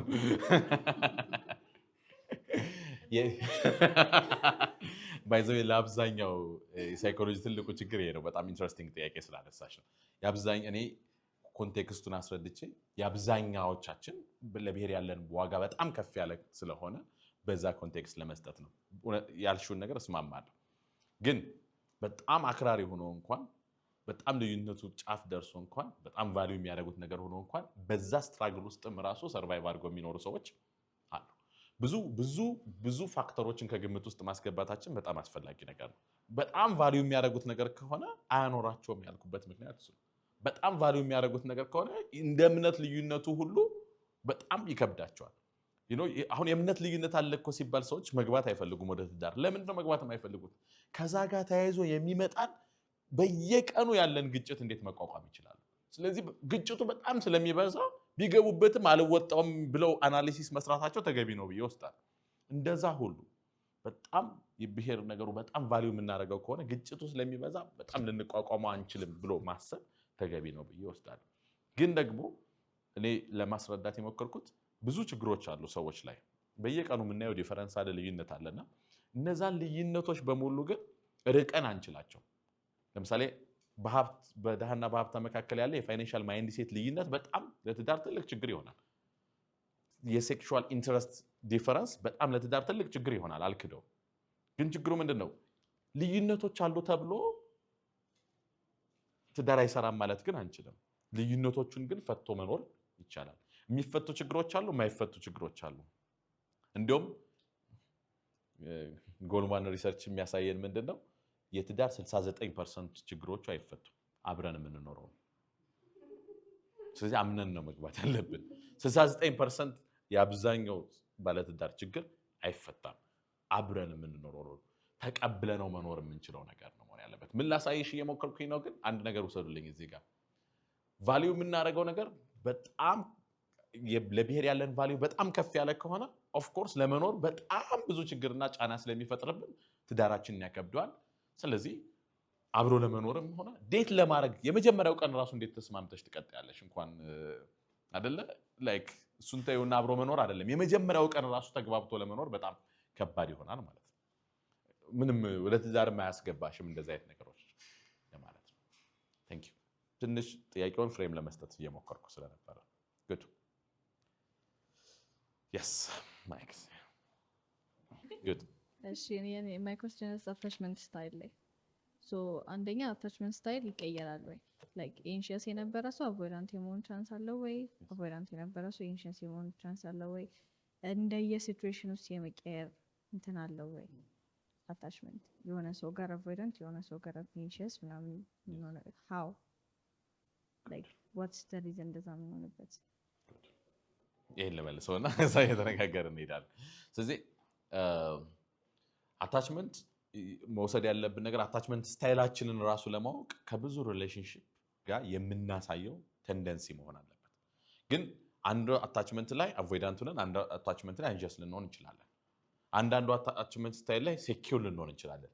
ባይ ዘ ዌይ ከቤተሰቦቻችሁ ጋር ያለውን አታችመንት ብታዩት አብዛኞቻችን በብዙ ዓመት ፍጭት ሴኪዩር ሆነናል ከቤተሰቦቻችን። በጣም አታችመንት ስታይላችሁ ወጥቶ የሚታየው ብዙ ጊዜ የፍቅር ግንኙነት ውስጥ ስንገባ ነው። ስለዚህ ያ አሁን ከቤተሰቦች ጋር ሴኪዩር ሆንሽ ማለት ሴኪዩር አታችመንት አለን ማለት አይደል። በብዙ ችግር ውስጥ ነው እዛ የተደረሰው። አንዳንዴ ከጓደኞቻችን ጋርም ይታያል። አንዳንድ ጊዜ አቮይዳንት ፊርፉል አቮይዳንት ስንኖር ይታያል። ስለዚህ አንደኛ በብዙ ግንኙነቶች የምናሳየው ቴንደንሲ ወዴት ያዘነብላል የሚለውን ማየት እና ለዚህ ነው ይሄኛው አታችመንት ስታይል ያለ ብለን እንወስዳለን። መርሳት የሌለብን ግን በጣም አቮይዳንት ሰው ቢገጥመን ለምሳሌ አንጂስ ፓርታችን ይወጣል። ለምን? በአቮይዳንት መሆኑ ያንኛው ሰው ኢንሴኩሪቲያችንን ሴኩር ሪሌሽንሺፕ ላይ ስላላለን አንጂስ መሆናችን አላርም እንጂ የኛ ዲስኦርደር ችግር ነው ማለት ላይሆን ይችላል። ምክንያቱም አንጂስ መሆናችን የሚያሳየው ምንድነው? ጤናማ ያልሆነ ግንኙነት ውስጥ እንዳለን ያሳየናል። ሰዎች አታችመንት ስታይላቸውን ሲያዩ በአንድ ሪሌሽንሺፕ ብቻ ራሳቸው መገምገም የሌለባቸው ለዚህ ነው። በብዙ ሪሌሽንሺፖች በጓደኛ ጋር ባለ በቤተሰብ ጋር ባለ የፍቅር ግንኙነትም ከነበረ 2-3 የፍቅር ግንኙነቶች ላይ አይቶ ነው እኔ ወደዚህ አይነት ቴንደንሲ ያለብኝ ማለት ያለበት ሰው። ቴንደንሲ ነው የምንለውም ለዚህ ነው። ባይ ዘ ወይ ኢትስ ናት ላይክ ፊክስድ ነገር የማይሆነው ወደዚህ አይነት ቴንደንሲ ያለብኝ። ምክንያቱም ከተወለድን በኋላ የምንማረው ለርኒንግ ፓተርን ስለሆነ ማለት ነው። ስለዚህ ከአንዳንድ ሰዎች ጋር ግን በጣም አቮይዳንት የሆነ ሰው አንጂስ መሆናችን አታችመንት ስታይላችንን ሳይሆን የሚያሳየው ራሳችንን ለመከላከል የምናደርገውን ጤናማ ምላሽ ነው የሚያሳየው ማለት ነው። ስለዚህ ሰዎች የሆነ ሪሌሽንሺፕ ላይ የሆነ ነገራቸውን ስላልወደዱት ብቻ የሆነ አታችመንት ኢሹ እንዳለባቸው ሊያስቡ ይችላሉ። እሱም ላይ ጥንቃቄ ማድረግ ስለሚያስፈልግ ይቀየራል ወይ? በደንብ ይቀየራል። ምክንያቱም አንደኛ ኢቭን ኢንቫይሮንመንታችን በመቀየር እንቀይረዋለን። ሴኪዩር የሆነ ሰው ቢገጥመን ሞር ሴኪዩር እየሆንን እንመጣለን። ራሳችን ጋር ያለውንም ግንኙነት አታችመንት ቤዚክሊ ራሳችን የምናይበትን አንግል ስለሚቀይረው እሱን እያስተካከልን በመጣን ቁጥር ራሱ ወደ ሴኪዩር እንመጣለን። የተማርነው ጸባይ ነው። አለመማርና አዲስ ነገር መማር ይቻላል ማለት ነው። ባይ ዘ ዌይ አዳፕቲቭ ቢሄቪየር ነው አታችመንት። ከልጅነት ጀምሮ ምን ብለናል ባለፈው አታችመንት ስታይል ስናሰለጥን እንደውም በጣም ታስታውሱ ከሆናችሁ አቮይዳንት የሆነ ሰው ለምሳሌ ስሜቱን በተደጋጋሚ ሲገልጽ ምንም ምላሽ ስላላገኘ ስሜቴን መግለጼ አደጋ እንጂ በጎ ነገር አላመጣልኝም ብሎ ምን ያደርገዋል? ሰፕረስ ያደርገዋል። ስሜትን በተደጋጋሚ አንድ ሰው ገልጾ ምንም ምላሽ ካላገኘ ሰፕረስ ያደርገዋል። ይሄ ከህፃናት ላይ ነው የተሰራው ጥናቱ። ህፃናቶች ያለቅሳሉ። ደጋግሞ ሲያለቅሱ ምላሽ ካላገኙ ማልቀሳቸውን ያቆማሉ። ለምን? ምክንያቱም የበለጠ አደጋን እንዳይማርኩ ማቆም አለባቸው። አንድ ህፃን ልጅ የሆነ ጫካ ውስጥ ብትጥሉት መጀመሪያ ያለቅሳል፣ በጣም ያለቅሳል። ከዛ በኋላ ግን ማልቀሱ ማቆም አለበት። ለምን? በለቅሶ ምክንያት ሌላ አደጋ ይዞበት እንዳይመጣ ያለቅሳል። አይንቀሳቀስም መጀመሪያ። ከዛ በኋላ ምን ማድረግ ይጀምራል? ሳያለቅስ ለረጅም ሰዓት ቁጭ ይላል። ከዛ ነው ቀስ እያለ መንቀሳቀስ የሚጀምረው። ምክንያቱም መንቀሳቀስ በራሱ አደጋ ስላለው። ይሄ ልጅ ምን እየተማረ መጣ ማለት ነው? ስሜቱንም ኑሮውንም ራሱን ብቻ ሃንድል ማድረግ ጀመረ ማለት ነው። ሶ ምን እያልን ያለ ነው? ይሄ በተፈጥሮ የተማርነው ነገር ሳይሆን በዛ ኢንቫይሮንመንት ውስጥ ራሳችንን ለማዳን የተጠቀምንበት አንድ ጸባይ ነው። አቮይዳንት መሆን በጣም በዛ ኢንቫይሮንመንት አስፈላጊ ነው ራሳችንን ለማዳን። አንሺየስ መሆን ለምሳሌ ቤተሰቦቻችን ዛሬ ፍቅር፣ ነገ ንዴት፣ ዛሬ ፍቅር፣ ከነገ ወዲያ ብስጭት፣ ከዛ ደግሞ ችላ የሚሉን ከሆነ ምን እንማራለን? ቤተሰቦችን ፍቅር ለማግኘት ምን አይነት ልጅ ልሁን ብለው አንሺየስ እንሆናለን። ሁሌ የቤተሰቦቹን ፊት የሚያይስ ይሆናል። በዛ ኢንቫይሮንመንት ውስጥ እንደዛ ሆኖ ነው ሰርቫይቭ ያደረገው። ሳይኮሎጂ ላይ በጣም የምወደው ነገር አለ። አሁን አብዛኛውን ጊዜ ካደግን በኋላ የምንጠላው አብዛኛው ጸባይ በልጅነት ወቅት በህይወት እንድንቆይ የጠቀመን አስፈላጊ ጸባይ ነው።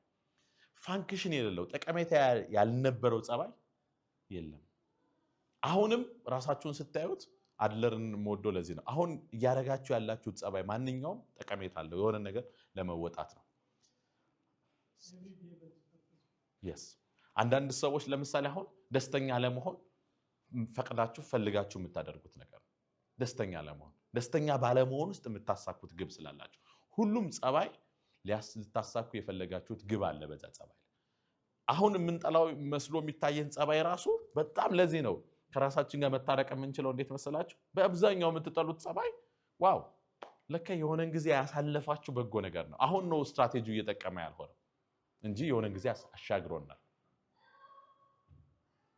yes what's change ማለት ምን ማለት ነው? because any I believe people don't change, they just adapt and adjust go like environment ውስጥ እንጂ actually ይሄ ራሳቸው ላይ ይቀየራሉ። አሁን እኔ አድለርን በጣም እወደዋለሁ እያልኩ እየተናገርኩ ማለት ወዲያው ነው ይሄንን ስትል ንዴት ነው የሚመስለው። አድለር ደግሞ የሚያምነው የመጀመሪያ ነገር ሰዎች ሁሉ ነገራቸውን መቀየር ይችላሉ ነው። እንደዚህ የሚሉት ፍነ ፍሮይድ ናቸው እና ወዲያው ነው she's a psychologist ታውቀዋለች። እኔ አድለርን በጣም እወደዋለሁ ስል ሆን ብላ ያነሳችሁ ነው የሚመስለው። courage to be disliked የሚል መጽሐፍ አለ እና እሱን ብታነቡት በጣም ያድለርን ፊሎሶፊ ያስቀምጠዋልና by the way በጣም ኢንትረስቲንግ ጥያቄ ነው። ሰዎች ራሴ ላይ መስራት እፈልጋለሁ፣ ራሴ መለወጥ እፈልጋለሁ ሲሉ ማልወደው ለምንድን ነው? ሌላ ሰው መሆን እፈልጋለሁ እያሉ like ሌላ ሰው ብሆን እወደዋለሁ ራሴ። ስለዚህ መሰረታዊ ነገር ለመለወጥ በጣም መፈለግ በራሱ ሶርሱን ማየት ይኖርብናል። ራሴን ከመጥላት ከሆነ መለወጥ እየፈለግኩ ያለሁት ሌላ ሰው መሆን እየፈለግኩ ነው ማለት ነው። ባይት እሱ ራሱ ጤናማ አይደለም። ምክንያቱም ሌላ ሰው ከሆንኩ በኋላ የቀየርኩትን ሰው እወደዋለሁ ወይ ነው? አልወደውም።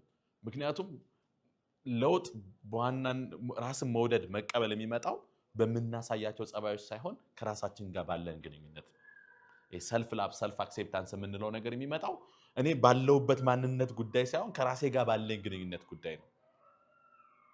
በተለይ ስለ ሰልፍ ላቭ በደንብ ስናወራ ምክንያቱም ብዙ ጊዜ ሰልፍ ላቭን የሚያክል ሚስ አንደርስቱድ የተደረገ ነገር ያለ አይመስለኝም። ለራስ ቅድሚያ መስጠት አይደለም ቤዚክሊ እሱን እናወራበታለን። ግን ለመቀየር መፈለጉ በራሱ ላይ አደገኛ የሚመስለኝ ለዚህ ነው። ሌላ ሰው ለመሆን መሞከር፣ የተለየ ሰው ለመሆን ራሳችንን የምንስል ከሆነ በጣም አደጋ ይሆናል ብዬ አስባለሁ ማለት ነው። ስለዚህ ሰዎች ራሳቸውን ለመለወጥ ማሰባቸው ሳይሆን ራሳቸውን ለማሳደግ፣ ለማበልጸግ፣ ለማሻሻል መሞከራቸው በጣም ጥሩ ነው። ለውጥ ስንል ሌላ የመሆን አዲስ ኢንቲቲ የመያዝ ነገር አድርገን ካሰብነው በጣም አደገኛ የሚሆነው ለዚህ ነው። ግን ከኔም እኮ ጥሩ የሆነ ነገር አለ፣ እሱን ምን ማድረግ እፈልጋለሁ? መያዝ እፈልጋለሁ። ለኔ ለኑሮዬና ለአኗኗሪ አልመች ያሉኝን ጸባዮች ደግሞ ምን እያደረኩ መሄድ ይኖርብኛል? እያስተካከልኩ መሄድ አለብኝ። ስለዚህ ለኔ ለውጥን የምረዳው ምንድነው? እንደዚህ ቅይር ማለት ነገር ሳይሆን መቀየር ሳይሆን ማደግ መሻሻል በሚል ነው የምረዳው። ማደግ በመሻሻል በሚል ከተረዳ ነው ህይወትን ሞር ራሳችንና ህይወትን ወደ መግለጽ ወደ መውደድ እንመጣለን ብዬ ወስዳለሁ።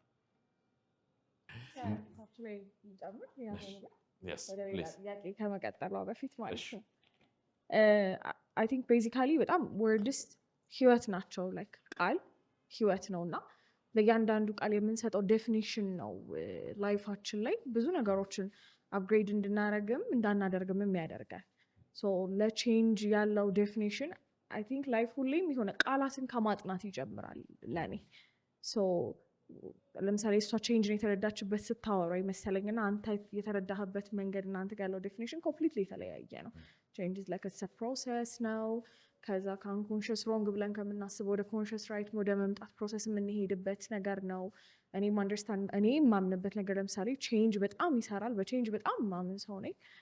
ግን ኢትስ ፕሮሰስ መሆኑን ማወቅ አሁን አዳፕቴሽን ሞር ሰዎች አዳፕት ያደርጋሉ የሆነ ቦታ ሄደው ምናምን ሰው በዛ ነው ሞር ብሊቭ የማደርገው ብለሻል። እና ስለዚህ አሁን ቃሉን የማስታረቅ ጉዳይ እንጂ ጸቡ ወይም ክርክሩ ከቼንጅ ጋር አይመስለኝም ያላት የሆነ ቃሉ ኮንቴክስት በአግባቡ የመረዳት ነገር ይመስለኛል። እና እያንዳንዱ ስለምናስባቸው በተለይ ወደ እንደዚህ አይነት ወደ ሳይኮሎጂ ወይ ምናምን ስንመጣ የሚጣረዙ ኢቨን ወርዶች አሉ።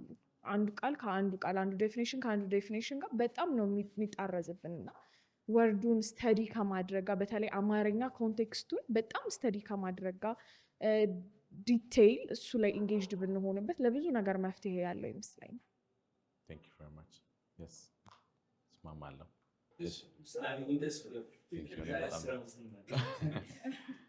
ሁለት ጥያቄ ነው። ስትራግል ውስጥ ላለ ሰው ስራ ይሰራል። ለምን ያክል ጠዋት ይወጣል፣ ማታ ይገባል። ራሱ ማሳደግ ይፈልጋል፣ እንደሆነ ጊዜ የለውም። እንደዛ አይነት ለሆነ ሰው ያለውትን ከንቱ መጀመሪያ ያለበት። ሁለተኛ ያው ሳይኮሎጂስትም ስለሆኑ አንድ ሰው የራሱ ጊዜ ያስፈልጋል ሳይመስለኝ አንዳንድ ኤክስፐሪንስ የማድረጋቸው ጠዋትና ማታ ላይ እና አንተ ለይታ አንድ ሰው ሳይለንት ታይም አለኝ ብሎ ያስብ አንድ ሰው ያለ ራሱ በቀን ውስጥ ምን ሊያደርግ መልካም ነው? አመሰግናለሁ። እኔም ስላየው ስለመጣ ደስ ብሎኛል። ቴንክ ዩ። የመጀመሪያው ነገር አይ ቲንክ መጀመር አለበት ብዬ የማስበው ቀኔን እንዴት እያሳለፍኩ ነው። አንዳንዴ ኑሯችን ብክን ያለ ይሆንና ውጤቱን ስናየው ግን የምንፈልገው ሳይሆን ሞር እንዲሁም ከራሳችን ጋር እንድንጋጭ የሚያደርገን የሚሆንበት ጊዜ አለና ሰዎች ራሳቸው ከጠዋት እስከ ማታ ስራ ስለሰሩ ስለሮጡ ስለገቡ ሳይሆን ወደ ምንድነው እየሮጥኩበት ያለሁት ነገር እየደከምኩበት ያለሁት ነገር ከኔ ዋጋ ከምሰጠውና ከምፈልገው ነገር ጋር እየሄደልኝ ነው ወደሚል ነገር መጀመሪያ ራሱን ቢያይ በጣም እመክራለሁ። ምክንያቱም ስለባከንን ስለሰራን ስለወጣን ስለገባን ብቻ ኢቭን ውጤቱ ራሱ መጥቶ እኔም አልፈልገው ሊሆን ይችላል። ውጤቱ ለምሳሌ በጣም እኔ ዋጋ የምሰጠው ነገር ላይ ሰዎች ይሄንን በጣም ማየት ትችላላችሁ። ዋጋ የምትሰጡት ምንድነው ብላችሁ ጠይቋቸውና ጊዜያቸውና ውሏቸውን እንዴት እያሳለፉ እንደሆነ ጠይቋቸው። አይገናኝም። ብዙ ጊዜ ዋጋ የሚሰጡት ብለው የሚያስቡት ለምሳሌ በጣም ብዙ ሰዎች ሲናገሩ መንፈሳዊ ነገር ነው ዋጋ የምሰጠው ይላሉ። ትጸልያለህ ወይ? መንፈሳዊ ቦታዎች ትሄዳለህ ወይ? መንፈሳዊ ነገሮች ታዳምጣለህ ወይ?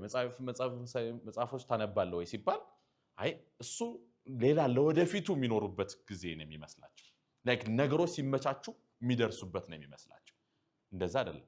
በጣም ቤተሰቤን ነው ዋጋ የምሰጠው የሚል ሰው ከቤተሰብ ጋር ምን ያህል ጊዜ ታሳልፋለህ ሲባል የለም። ስለዚህ ሰዎች የእውነት ዋጋ የሚሰጡትን ማወቅ ከፈለጋችሁ ጊዜያቸውንና ኃይላቸውን የት ላይ ነው እያጠፉ ያሉ የሚለውን ማየት ነው። ምክንያቱም ዋጋ ሰጣለሁ የምለው ነገርና ሪሊ ዋጋ የምሰጠው ነገር ብዙ ጊዜ አብሮ ስለማይሄድ፣ ስለዚህ እኔ ያ ሰው እየደከመ ያለበት ነገር ምንድን ነው የሚለውን ነገር ቢያውቀው በጣም ጥሩ ነው ብዬ አስባለሁ። ምክንያቱም መድከም ብቻውን መስራት መግባት ብቻ ላለማሰብ የሚደረግ ጥረት ሊሆን ይችላል ሰዎች።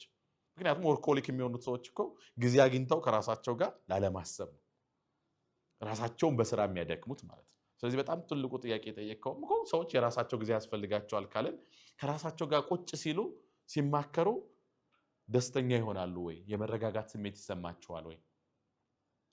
ብዙዎቻችን ከራሳችን ጋር መሆን የማንፈልገው ምንድነው? ቫልዩ የምንሰጠውና የምንኖረው ህይወት ተመሳሳይ ስላልሆነ እኖራለሁ የምለው ህይወትና የምኖረው ህይወት ተመሳሳይ ካልሆነብኝ በጣም ይቸግረኛል። ስለዚህ ምን ሆናለሁ? ሞር ከራሴ ጋር ለመቀመጥ ይቸግረኛል። ስለዚህ ከራስ ጋር መቀመጥን እኔ የሚመክረው እንዴት ነው? ቀስ በቀስ ቢለማመዱት ሰዎች አንደኛ ነገር። ምክንያቱም ከራስ ጋር መቀመጥ በራሱ ባይዘው በጣም ጫናዎች አሉት፣ በጣም ከባድ ነገሮች አሉትና እንዴት ነው ከራሳችን ጋር መቀመጥ ያለብን፣ በምን መንገድ ነው መቀመጥ ያለብን የሚለውን ነገር ማሰብ ያስፈልጋል። ምክንያቱም ለምሳሌ ሰዎች ከራሳቸው ጋር ቁጭ ብሎ ህይወቴ እንዴት ነው ብሎ ሲጠይቁ በቃ ስህተት ሰሩ ማለት ነው። ምክንያቱም ህይወትን የሚያክል ነገር እንዴት ህይወቴ እንዴት ነው ብለን እንጠይቃለን። በጣም ሰፊውን ጥያቄ አጠያየቃችን ነው ድብርት ውስጥ የሚከተን። ብዙ ጊዜ በጣም ሰፊ ነው። ህይወቴ እንዴት ነው ብለን ከጠየቅን በጣም ችግር ውስጥ ነን። የነገ ህይወቴ እንዴት ነው ብለን ከጠየቅን በጣም ችግር ውስጥ ነን። በጣም ውስን አይደለም ጥያቄው። ስለዚህ እንዴት ማሰብ እንዳለብንና ከራሳችን ጋር እንዴት መሆን እንዳለብን መማር ያስፈልጋል። ስለዚህ እንዴት ነው ማሰብ ያለብን? እንዴት ነው ከራሳችን ጋር መሆን ያለብን? ከራሳችን ጋር ስንሆን ምንድነው እንድናደርግ የሚመከረው?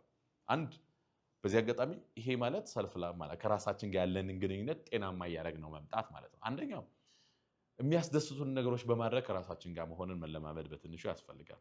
ሁሌ ራሳችንን ማውራት መነጋገር የሚባለው ፓርት እያወራ ነው። ሁሌ ኮንቨርሴሽን አለ፣ ግን ስርዓት አልያዝ ነው። ሁለተኛ በጣም ከራሳችን ጋር ስናወራ ውስን ጥያቄ ይዘን መነሳት ያስፈልገናል። ውስን በጣም ስፔሲፊክ ነገር አድርገው ጥያቄ ቢሆን ደግሞ ይመከራል። ያን ጥያቄ መልሱን አሁን ማግኘት አለብኝ ማለት አይደለም። ሳይኮሎጂ ላይ በጣም ሰዎች ስትረስት የሚያደርጋቸውን ነገር ልንገራቸው። ጥያቄ ያነሱና አእምሯቸው ላይ ጥያቄው መልሱ አሁን ይምጣ ይላል። አይመጣም። እኔ ከ10 ዓመት በፊት የጠየቅኩትን ጥያቄ ዛሬ መልስ ላገኝለት እችላለሁ። መጽሐፍ ስታነቡ መልስ ልታገኙለት ትችላላችሁ። ጥያቄውን ብቻ እርግጠኛውን ይሄ ነው ጥያቄ በሉ እንጂ መልሱን አሁን ማግኘት አለብን ማለት አይደለም። ጓደኛችሁ ሊነግራችሁ ይችላል። በተለያየ ሶሻል ሚዲያ ላይ ስክሮል ስታደርጉ ልታዩ ትችላላችሁ። ስለዚህ እንዴት ከራሳችን ጋር መሆን እንዳለብን በጣም የሚያስተምረን ሰው ያስፈልጋል። ባይዘው ከራስ ጋር ማሳለፍ በጣም የሚያስጨንቅ፣ የሚያስፈራ፣ የሚደብር የሚመስለን ለዛ። ምክንያቱም እንዴት እንደሆነ አንድ ነገር ካላወቅነው ያስፈራል፣ ያስጨንቃል፣ ይደብራል። ኦፍ ኮርስ አይደል? ሰው እኮ ጂም ስፖርት ገብቶ ራሱ መስራት ጂም ቤት መሄድን እኮ ገና ሲያስበው እኮ የሚያስጨንቅ፣ የሚያስፈራ፣ የሚደብር ምናምን ሊመስለን ይችላል። ኤኒቲንግ እንዴት እንደሆነ ማናውቀው ነገር ሊያስፈራን ይችላል። ስለዚህ እንዴት ብናደርገው ጥሩ ነው? አንደኛ የሚያስደስተንን ነገር እያደረግን፣ ሁለተኛ ከራሳችን ጋር እንዴት ማውራት እንዳለብን ብንማር በጣም ጥሩ ነው ብዬ እወስዳለሁ። እና ይህንን ጥያቄ ራሱ ሌላ ጊዜ አምጥቼ ቶፒክ አድርጌ ብሰራበት ይሻላል። ምክንያቱም በጣም ሰፊ ነገር እና አስፈላጊ ነገር ስለሆነ። ምክንያቱም ማሰብ ምን ማለት ነው፣ እንዴት ነው ማሰብ ያለብን የሚለው ነገር አናውቀው። አብዛኛው ሰው የሚጨነቀው በአግባቡ ማሰብ ስላልቻለ ነው። ባይ ዘ ዌይ ጭንቀት የማሰብ ውጤት አይደለም፣ በአግባቡ ያለ ማሰብ ውጤት። ስለዚህ እንዴት ማሰብ እንዳለብን ማስተማር አለብን። ማሰብን ይሄን ያህል የምንፈራው እኮ እንዴት ማሰብ እንዳለብን ስላላወቅን። ልክ ሰው ማሰብ ሲጀምር መጨነቅ ነው የሚጀምረው። ቤዚክሊ ችግሮቹ ላይ በሙሉ አእምሮ ይሄዳል፣ መጨነቅ ይጀምራል። እንዴት ማሰብ እንዳለብን ስላላወቅን። በምክንያት ማሰብ፣ በፈጠራ ማሰብ፣ በጥያቄ ማሰብ እያለን እንዴት እናመጣቸዋለን። ስለዚህ እንዴት ማሰብ አለብን የሚለውን ሌላ ጊዜ በደንብ በሰፊው ብናደርገው። ግን አይ ቲንክ ጥያቄን በጣም ወድጄዋለሁ። ሀሳቡን ትንሽ ለማንሸራሸር ሞክሬያለሁ ብዬ አስባለሁ እንጂ በጣም ረዥም የሚወራበት ሀሳብ ስለሆነ ያነሳው። ቴንክ ዩ። አይ ሌላ ሰው ያልጠየቀን ሰው አንድ ሰው እድል ሰጥቼው ከዛ በኋላ ወደ ሁለታችሁ እመጣለሁ። የስ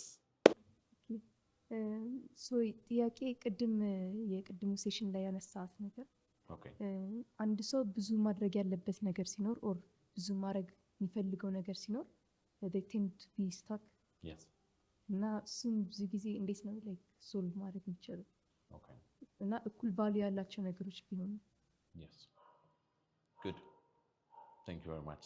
ሰዎች በጣም ብዙ ማድረግ ሲፈልጉና እኩል ቫልዩ ያላቸው ነገሮች ሲሆኑ ስታክ የመሆን ስሜት ሊሰማቸው ይችላል።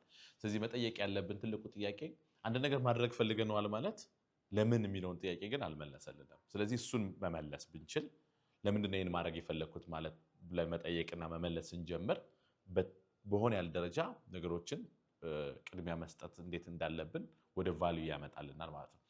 ለምንድን ነው እይታችንን ራሱ የሚወስነው ቫልዩአችን ነው። በዚህ አጋጣሚ ጎላችን ነው። ለምሳሌ ልጅ መውለድ የፈለጉ ሰዎች የሚያዩት ብዙ ጊዜ ምን ሊሆን ይችላል? ህፃናት ሲጫወቱ ሊሆን ይችላል የሚያዩት። ለምንድን ነው ልክ ቫልዩአችን ሲቀየር የምናየው ነገር ራሱ ይቀየራል። ሶ አንዳንዴ እኔ የማየው ነገር ምንድን ነው መሰለሽ፣ ሰዎች ብዙ ነገር ማድረግ ይፈልጋሉ፣ ግን ለምን የሚለውን ቫልዩ ሲስተማቸውን በደንብ ምላሽ አላስያዙትም። ቫልዩ ማለት ባጭሩ ሄራርኪ ነው። ሄራርኪ የለንም ማለት ቫልዩ የለንም ማለት ነው። ሁሉም ነገር እኩል ዋጋ አለው ማለት የአንዛይቲ መገለጫው እሱ ነው። ምክንያቱም ኔክስት ስቴፕ የምወስደው እኔ በምን ተመርኩዤ ነው? በቫልዩ ተመርኩዤ ነው። እኩል ቫልዩ አላቸው ስትይ የምለው ነገር ምንድን ነው? ኦኬ እዚህ ጋር ቤተሰብሽ ቢመጣ ጓደኞችንና ቤተሰቦችን እኩል ቫልዩ ሰጣቸዋለሁ ብል ምን ማለት ነው? ለሁለቱም ምንም ላስቀድም የምችለው ነገር የለኝም እያልኩኝ ነው። በዛ ደረጃ ከሆነ አንዛይቲ እና ስትረስ ስታክ መሆን ይመጣል። ምክንያቱም ለሁለቱም እኩል ቫልዩ አለሽ፣ ሁለቱም ጋር መሄድ ትፈልጊያለሽ። ለምሳሌ ሁለቱም ቀጠሮሽ የት ነው የምትሄጂው?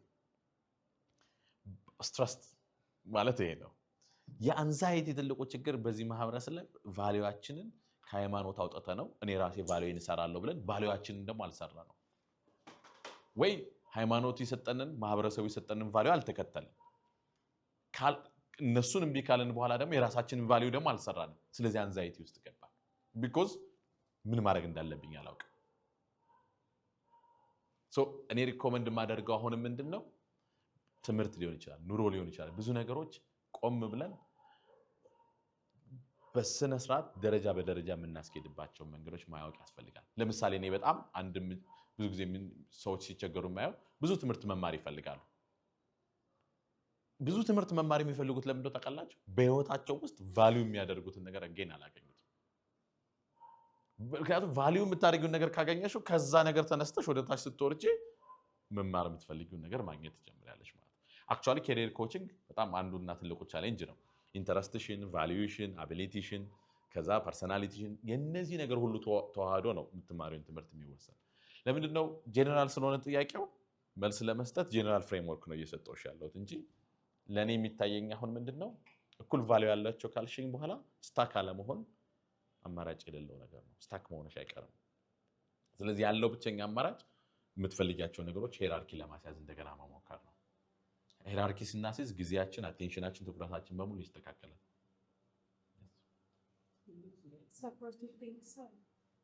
ሰፖርት የሚያደርጉ ሊንኮች አሉ። ሳምታይምስ እና ቫልዩዎችን ነው የምናስባቸው ኩዌሽኖች ይሰጡንና እሱን እየመለስን ሄደን ፋይናሊ ራይት ትክክለኛ ሃይራርኪ አሁን ራሳችን ሃይራርኪ መስጠት ካልቻለን እኩል ነው የሚል ስሜት ከሆነ እየተሰማን ያለው ለሆነ ነገር አሳልፎ መስጠት ያስፈልጋል። ሃይራርኪ ቤዚካሊ የሆኑ ጥያቄዎች አሉ ምናምን እሱን እየመለስን በሄድን ቁጥር this is your value ብሎ በሃይራርኪ የሚያስቀምጥ ሊንኮች አሉ። እሱን መጠቀም አይመስልም።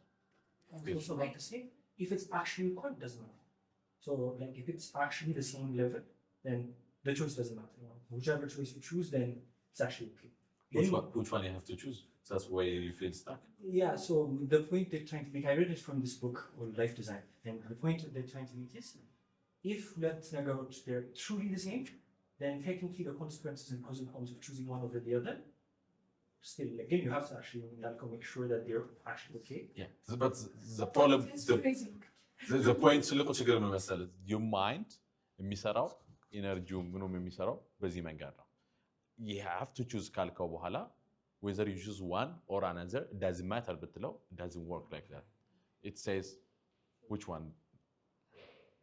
maybe አንዳንዱ በዛ ኢንስቲትዩሽኖች ላይ after you choose ነው kind of የምትጠቀም so አንዱን ላይ ከመረጥክ በኋላ if you feel really bad as if like የመረጥከው it's a bad choice, then you know ያኛው በለጠ ባል እንዳይሆን after you pursue ሆን ይችላል research. Yes, ግን ላይፍን ለምን መሰለሽ yes አሁን ኮንቴክስቱን ስላላወቅ ነው ችግሩ ምን እንደሆነ ምናምን ስላላወቅን እንጂ ጀነራል ነገር ስናወራ ላይፍን ቀለል አድርጎ መኖር የሚቻለው ቫልዩ ሄራርኪያችንን ክሊር ማድረግ ሲቻል ነው ወደሚለው እንምጣ።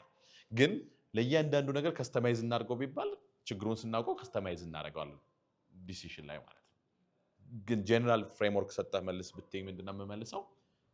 የህይወት እሴቶቻችንን በደረጃ በስነ ስርዓት ግልጽ አድርጎ ማስቀመጥ በጣም ወሳኝ ነገር ነው። ክፍተቱ ግን ምንድነው?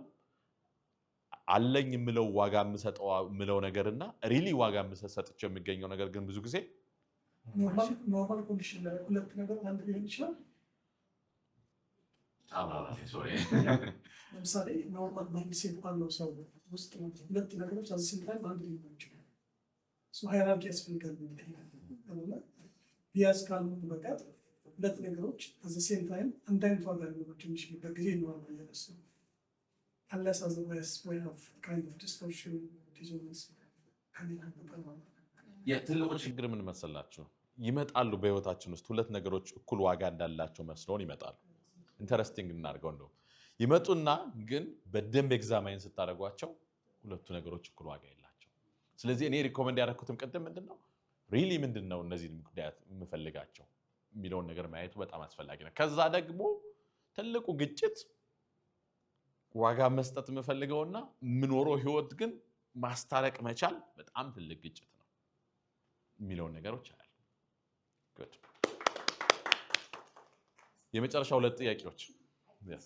So አሁን ለምሳሌ whenever we're doing something እና በተለይ high stress environment ውስጥ የምንሰራን or like እንደዛም ከሆነ there's a high chance በጣም overwhelmed የምንሆነው እና day to day እንደዚህ ብዙ ነገር ማድረግ የሚኖርብን ጊዜ ብዙ ነገር ማሰብ እና at the moment ደግሞ in our control ያልሆነ so we can classify it as በኮንትሮላችን እና out of our control እና እነሱ ነገሮች ባሉት ጊዜ out of our control የሆነው ነገር አለ አሁን ሶልቭ ልናደርገው አንችልም ግን እንዴት አድርገን ነው day to day ላይፋችንን ከዛ በኋላ መቀጠል የምንችለው so ሌላ ነገር ፋንክሽን እንዴት ነው ማድረግ የምንችለው how do we manage our stress basically yes yeah wow yeah በጣም ቆንጆ ጥያቄ ነው ግን ስትረስን ራሱ መጀመሪያውን ራሱ መረዳቱ በጣም አስፈላጊ ነው ስትረስ ብዙ ጊዜ ምንድነው የስራ ጫና መብዛት አይደለም ስትረስ የሚያደርገን የስራ ጫናውን ምወጣው አይደለም ብሎ ማሰብ ነው ምክንያቱም ያለን አቅምና ያለብን ጫና ያለን ሪሶርስ እና ያለብን ጫና እኩል አልሄደም ብለን ስናምን ነው ስለዚህ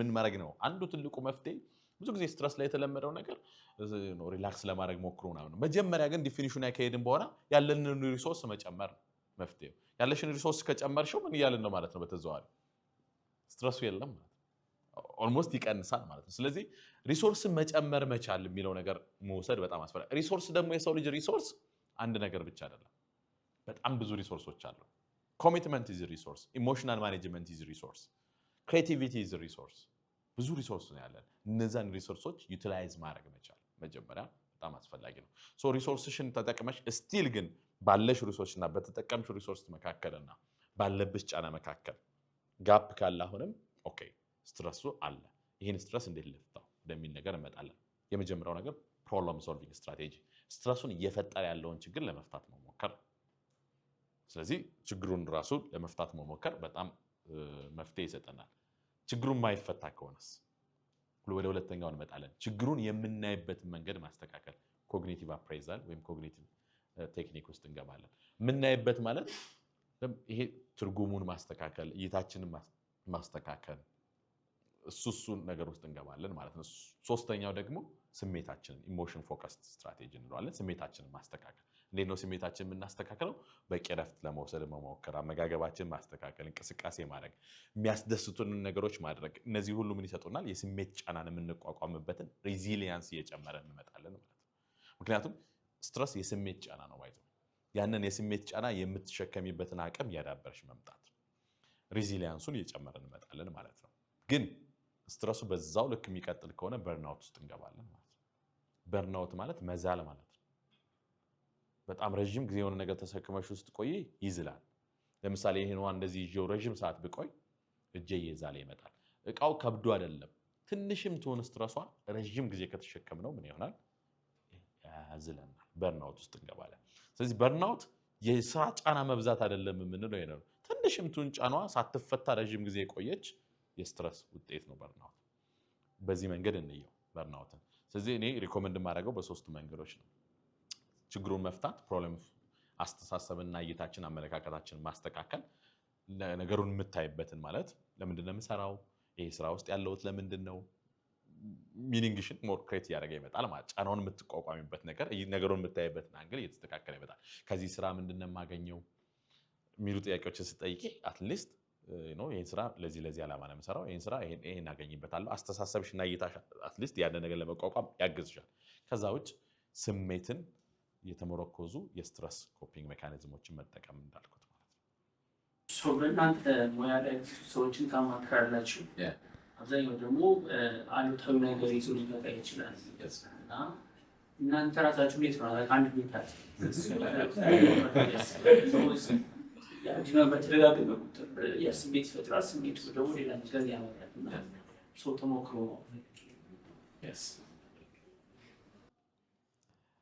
አንድ ቦታ ላይም ብየዋል በጣም የመጀመሪያው ነገር የሰውን ታሪክ ነው የምሰማው እንጂ የሰውን ችግር አይደለም የምሰማው ብያለሁ የሰውን ታሪክ እንደመስማት በዚህ ዓለም ላይ የሚያስደስተኝ ነገር በጣም ትልቅ የሚያስደስት ነገር ነው ብዬ ወስዳለሁ ለምን ለማንም ሰው ላይነግረው የሚችለውን ትልቅ የህይወቱን ውጣውረዶችም በጎ ነገሮችም የሚነግርህ ስለሆነ የመጀመሪያው ሙያውን መውደዱ ይመስለኛል መፍትሄው ምክንያቱም መጀመሪያ ሙያውን ካልወደድኩት ጫናው ራሱ ይበዛብኛል ስለዚህ እኔ መጀመሪያ የምረዳው ሰው የሚገርም የህይወት ታሪኩን ሊያካፍለኝ እንደመጣ ነው የምሰማው ስለዚህ የህይወት ታሪኩን ሊያካፍለኝና ችግሩን ያንን ነገር ደግሞ ላንተ አካፍሎ ካንተ ጋር ሆኖ የታሪኩን አረዳድና የታሪኩን አካሄድ ለመቀየር ዝግጁ ነው የመጣው። ስለዚህ በጣም ትልቅ ፕሪቪሌጅ ነው ብዬ አስባለሁ። የመጀመሪያው ነገር በፕሪቪሌጅ ደረጃ ከተቀበልነው አንድ ነገር አትሊስት ሸክሙን ይቀላል ብዬ አስባለሁ። የመጀመሪያው ነገር እሱ ነው ለኔ የሚታየኝ ነገር ማለት ነው። ታሪካቸውን ሲነግሩኝ ሰዎች ናሬቲቭ ኤክስፖዠር ቴራፒ ይባላል። እንዲሁም ታሪካቸውን በደንብ ሲተርኩኝ የትኛው ታሪክ ነው ራሱ አረዳዳቸው የታሪክ አተራረካቸው ምናምን በደንብ ታያዋለህ። ኢቭን እሱ ጋር ህክምናው ራሱ አንዱ የሚጀምረው ከዛ ነው። ሁለተኛው ያ ሰው ህይወቱን ለማስተካከል በተለያዩ ለማሻሻል ይመጣባቸው መንገዶች አይተህ አንተ ልታግዘው ነው የሄድከው። የዛ ሰው መሻሻል መለወጥ ስኬቱም ውድቀቱም የዛ ሰው እንደሆነ አምነን ነው የምንሰራው።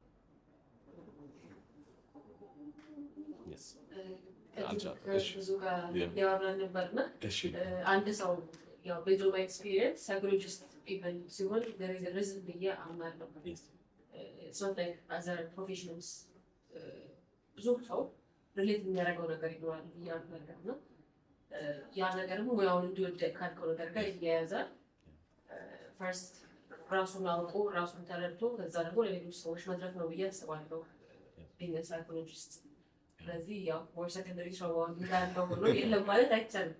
አሁን ኢንትረስትድ ብንሆን ለፕሮፌሽናልስ የምንሰማቸው ነገሮች ሰከንደሪ ስራ ጋር ሊገጥመን ይችላል። ግን ደግሞ ዜር አር ዌይስ አለ እነሱ ኦፕን እናደርግባቸውና አንድ የምንመጣበት ነው።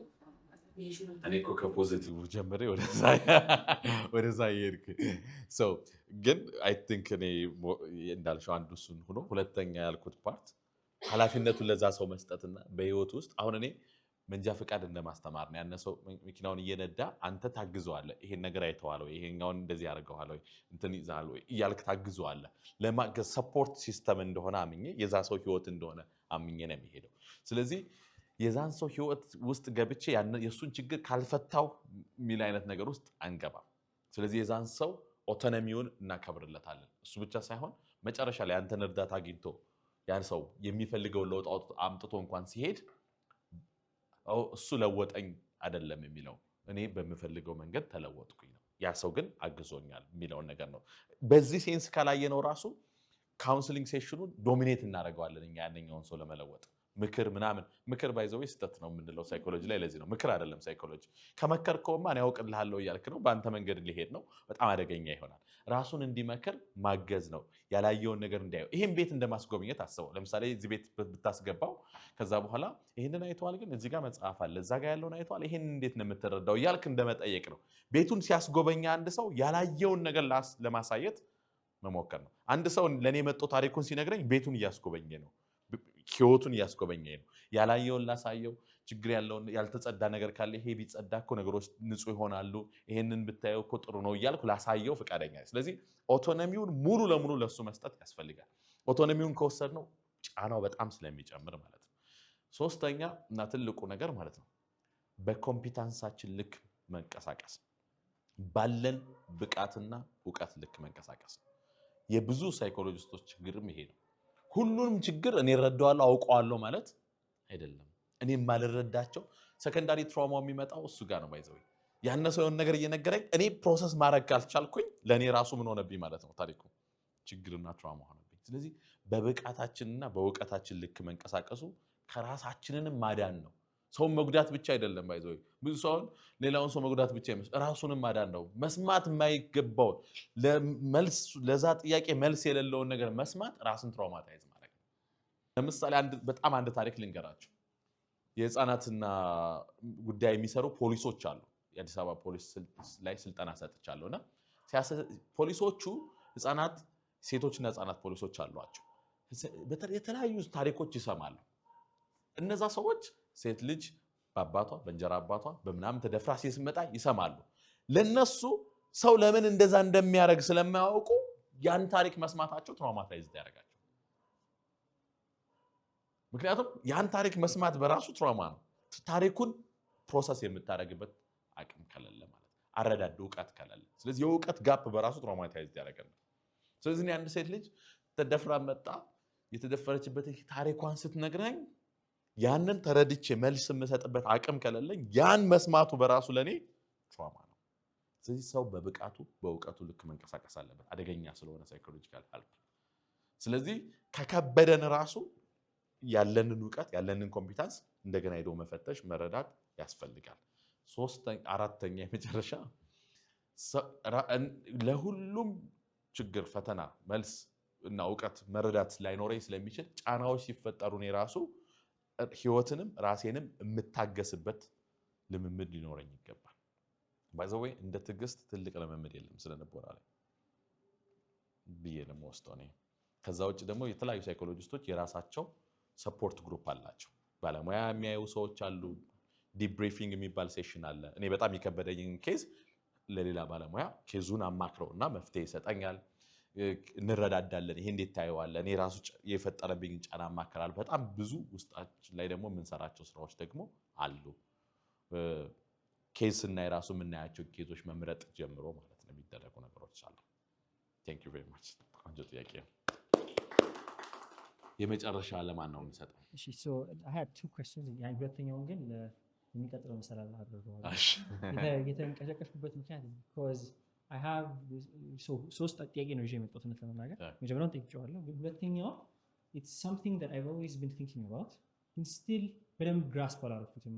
ሁሌም የምረዳው ከብዙ ሰው ጋር ለመነጋገር ሞክሬያለሁ ግን it's still something that evades me and it's a bit of a different topic ግን it's about the statement nice guys finish last. So it starts with andanya the description of what a nice guy is and what understands like what does it mean nice guy መሆን. Now why do they actually finish last if they do? ግን ከዛው ጋር አብሮ የምታስተካከው information ካለ is about shadow. So shadow integration and like how these people who have agreeable, I know it's a bit of a long lengthy statement again, how these people who have these agreeableness that they can't control, the steps they take to actually integrate their shadow and what it means in some sense, some sort of guidance መስጠት የምትችል ከሆነ ያው ቴንክ ዩ ጥሩ ጥያቄ ነው። ሻዶ ወርክ አንዱ ራሱን ችሎ ፕሮግራም ነው። በጣም ሰፊ ስራ ነው። አይ ቲንክ ከዚህ ከ3 ሳምንት በኋላ የምናየው ቶፒክ ነው። በጣም ሰፊ ባልነካውም ደስ የሚለኝ ነገር ነው። ከጀመርኩት በጣም ወንዶም ቶፒክ ነው። እኔም ብዙ አወራበታለሁ። ላይክ ለምንድነው ደስ ያለኝ ከናይስ መሆንን ከናይስነስ ብቻ ሳይሆን ከሻዶ ጋር ያየህበት መንገድ ወድጄዋለሁ። ምክንያቱም ፒፕል ፕሊዘር መሆን ምን ማለት ነው ወደሚል ነገር ነው የምንመጣው። ናይስ መሆንና ፒፕል ፕሊዘር ቃሉ እንግዲህ ሳይንቲፊክሊ ፒፕል ፕሊዘር ወደ ማለት ፈልገው ይመስለኛል። ናይስ መሆን ማለት ሰዎች በሚመቻቸው መንገድ ለሰዎች መሆን ማለት ነው። ናይስ መሆን ማለት ካይንድ መሆን ማለት ደግሞ ለሰዎች ጥሩ ለማድረግ መፍቀድ ማለት ነው። ሁለቱ ይለያያሉ። ሰዎች በሚመቻቸው መንገድ ራሴን መስራት ማለት ለየሰው እንደምፍላጎቱ የተለያየ አይነት ቨርዥን ኦፍ ሚን እሆንላቸዋለሁ ማለት ነው። ስለዚህ ጤናማ የማይሆነው ለዚህ ነው። ምክንያቱም ፊኒሽስ ላስት የሚለውም ሐሳብ የሚመጣው ካለኝ መረዳት እኔነቴን አላገኘውም። እኔ ሁሌም መጨረሻ ነኝ። ሰዎችን በማስደሰት ውስጥ ደክሜ እኔ ትክክለኛው እኔ ግን የለም መጨረሻ ነው ሁሌ ወደሚል ነገር ይመጣል። ስለዚህ ናይስ ከመሆን ይልቅ ካይንድ መሆን በጣም ይመከራል። ካይንድ መሆን ማለት ለሰዎች በጎ ለማድረግ እፈልጋለሁ ፈቅዳለሁ ማለት ነው። ናይስ ለመሆን ማለት ግን እኔ ራሴን ለሰዎች በሚመች መንገድ መስራት አለብኝ ማለት ነው።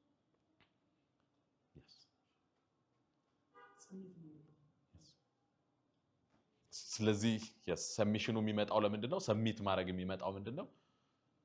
እኔ በሰዎች ውስጥ ሰውን ነው እኔ የሚባለውን ነገር የማገኘው ማለት ነው። አስቸጋሪ ነገር ውስጥ ነው። እኔ የሚባል ነገርም ራሱ የለም። አይደንቲቲ ጋር መጋጨት ነው። እንደ ሹፌሩ ይወሰናል ማለት ነው። ሹፌሩ ወደሚወስድ ነው እንጂ የምትሄደው አንተ ተሳፋሪ ነህ። ተሳፋሪ ሆነህም በመንገዱ ላይ ምንም አይነት ሮልም ንግግርም የለህም ማለት ነው። ስለዚህ ያንተ ማንነት የሚያላብስህ አብሮህ ያለው ሰው ነው። ኃይለኛ ሰው ሲገጥምህ አንተም ኃይለኛ መሆን ካለብህ አብሮህ ኃይለኛ ትሆናለህ ማለት ነው። እንደየሰው ለመሆን መፍቀድ ነው። ለዚህ ነው ራስን አለማግኘት ከሻዶ ኢንቴግሬሽን ጋር ከሻዶ ወርክ ጋር በደንብ የሚያዝ ሐሳብ አድርገን እናየዋለን። ሻዶ ወርክ በጣም ኢንተረስቲንግ ፖይንት ነው። ምክንያቱም አልጋ ስራችን የደበቅነው ብዙ የራሳችን ማንነት አለ፣ ስለ ራሳችን የማናውቀው እኔ አይደለሁም የምንለው ሰው ላይ የምንተቸው ነገር በሙሉ አብዛኛው ሻዶ ነው። አብዛኛው ሁሉም ማለት ነው። ሰዎች ሲያደርጉ በጣም የሚያንገፈግፈን ነገር እንዴት ሰው እንደዚህ ያደርጋል የምንለው አብዛኛው ነገር ሻዶ ነው። yes thank you very much በጣም ነው የማመሰግነው ስለነበረን ጊዜ ጥሩ ፕሮግራም ነበረ። thank you very much